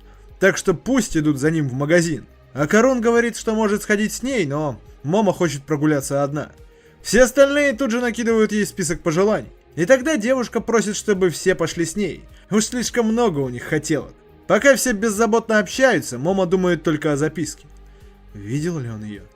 Она написала ее под влиянием момента. Даже не особо думала об этом. А теперь ей очень стыдно. Но взглянув на него, девушка задумалась. Может, он и не видел ничего? Но вряд ли. Ее нельзя было не заметить. Может быть, он просто выжидает подходящего момента? Но тогда почему он ведет себя так, будто бы все абсолютно нормально? Акарун заметил, что Аяса чем-то обеспокоена. В записке она написала «с любовью». Но с какой? Дружеской? Или той самой? Но ведь она часто говорила так Дзиди, когда он покупал ей что-то или просто дурачился. Может, она искренне любит его? И как спросить об этом? Что если он спросит, а в ответ услышит, что неправильно ее понял? Если она скажет ему это в лицо, его самооценка скруткобейнится. Саката внимательно наблюдает за Момо. Девочка-то все на иголках. Неужто по уши влюбилась в величайшего пилота? Наверняка она ощущает кожей его присутствие и не может держать себя в руках. Но любовные дела подождут. Впереди стоит старая знакомая. Рейка обернулась. Наконец-то она нашла ее. Момо поверить не может. Это она? Что у нее с лицом? Выглядит совершенно иначе. Рейка просит не грубить. Сейчас она просто без макияжа. А я в недоумении. Почему она не исчезла? Разве она не должна была покоиться с миром? Рейка улыбнулась. Но разве ее душа способна достичь нирваны? Ни одной живой душе не удастся затушить пламя ее ненависти. Оно будет гореть целую вечность. Кроме того, само существование Момо ее бесит. Ее слова, действия, буквально все. Почему нельзя быть прямолинейнее? На ее месте она бы справилась куда лучше. Момо так долго бесила ее своей нерешительностью, что в итоге Рейке самой захотелось найти свою любовь. И теперь она приложит все усилия, чтобы полюбить кого-нибудь. И раз уж Аясы пробудила в ней эти чувства, пусть услышит ее условия. Она должна стать честнее сама с собой. Если продолжит колебаться, то она отнимет его у нее. Акарон пытается защитить Момо, но в этом нет необходимости. Рейка уже уходит на поиски хорошего мужика. А Аяса желает удачи с ее мужчинкой. И если настроение у Касимы станет подходящим, то она вернется, чтобы прикончить ее. Сказав все, что хотела, Ускоротая уходит, оставляя компашку в недоумении. Сиратори спрашивает, о чем это она? Момо делает вид, что не поняла, и просит всех забыть об этом. Далее ребята благополучно добираются до магазина и покупают все, что им нужно. Кинта, к слову, реально прихерел и подговорил пацанов купить игрушек за счет Момо. Девушка недовольна. Пусть не раскатывают губу. За напитки возвращать деньги не стоит, но вот за роботов пусть вернут. Акарон спрашивает, а какого себе выбрал Саката? Того, что может переходить в стелс-режим. Момо вспоминает их первую встречу с Мамолой. Она ведь была невидимой. Но золотой шар почему-то был видимым. Акарон поправил очки. И вправду, не будь тех слухов о шаре, они бы никогда не пошли туда. А не заметь сам шар, то и Мамолу бы не увидели. Но почему его было видно только в тот раз? Аяса предполагает. Возможно, она хотела, чтобы ее нашли. Наверняка он светился от отчаяния, словно говоря, что их дорогая доченька здесь. Кстати, по поводу шумер. Они все-таки выжили и продолжают борьбу с захватчиками. Освобожденные мужчины присоединились к воительницам. Наши старые знакомые по-прежнему активно надирают за захватчиком. И мама Вамола среди них. Их цель – идея. Они направляются к Вамоле. Плевать, сколько времени это займет. Но они найдут свою доченьку. Возвращаемся на землю. Турбобабка нашла на земле какую-то странную штуку. На вкус похожа на нори. Турбокошечка прицепила ее к колбу. И в следующее мгновение она что-то увидела. Здесь не требуется пояснительная бригада. Дальнейшее это то, что увидела турбокошка, или это просто серпанианцы параллельно осматривают трупы вторженцев? Напишите в комментах, пожалуйста, очень интересно. Я лично предполагаю, что события развиваются параллельно. Серпанианцы сканируют остатки костюма лидера вторженцев. Исходя из их воспоминаний, можно заключить, что они прибыли из очень далекого региона космоса. Они находятся в вечном движении, поглощая одну планету за другой. На Земле существует множество систем передачи в виде пирамид. Возможно, повторное вторжение. Отныне они будут называть их Кур, народ из бездны. Надо поделиться информацией о них с жителями других миров. Однако, есть проблема посерьезнее. Вместе с ними был сам граф Сен-Жермен. Турбокошка, увидев это лицо, заскрипела от злобы. Она знает его. Это же гипердед. На следующий день вся компашка приготовилась. Украденное яйцо вот-вот вернется хозяину. Но, как и в прошлый раз, просто присобачить его к Пинусу никто не собирается. Грядет игра. И хоть Акарону это не нравится, выбора у него нет. Момо и Диди довольно быстро выбыли. На поле остались только Байонета и Бабка. И турбокошечка умело разводит противницу и побеждает. Смущенный очкарик благодарит всех. А мы переносимся в город. Бабулечка просит сфотографировать ее у врат ада. Вот только из них выходит человек. Вот ведь скотина, испортил фотку. Челик надевает очки и уходит в метро. Он никому не мешает. Но его внешний вид привлекает внимание девушек. Кстати, он еще и старость уважает. Увидев в вагоне старушку, тут же уступил ей место. Чуть позже он приходит в школу и заходит в учительскую. Он сразу называет рядом сидящей девушке свое имя – Сандзёме. К ним подходит физрук Мураками. А где его место? Вчера ж здесь было. Зёма называет и ему свое имя. Мураками узнал его. Он попытался выяснить, где его место, но, взглянув в глаза Сандзёме, тут же начал извиняться. Все-таки Зёма зауч. Другие учителя начинают шептаться. А когда это у них в коллективе появился такой красавчик? Никто не знает. Но все железно помнят его имя.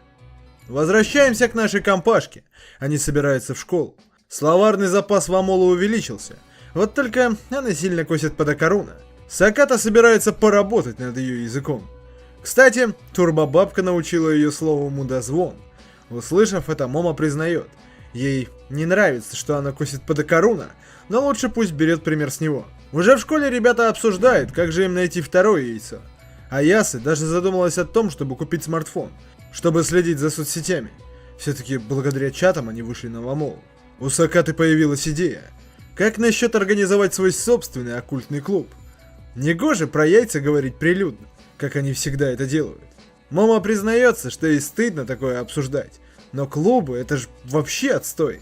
К тому же клубная деятельность обычно подразумевает какую-то важную цель. У Акаруна есть идея. Их клуб может изучать историю. В конце концов, оккультизм изучает все непонятное и загадочное.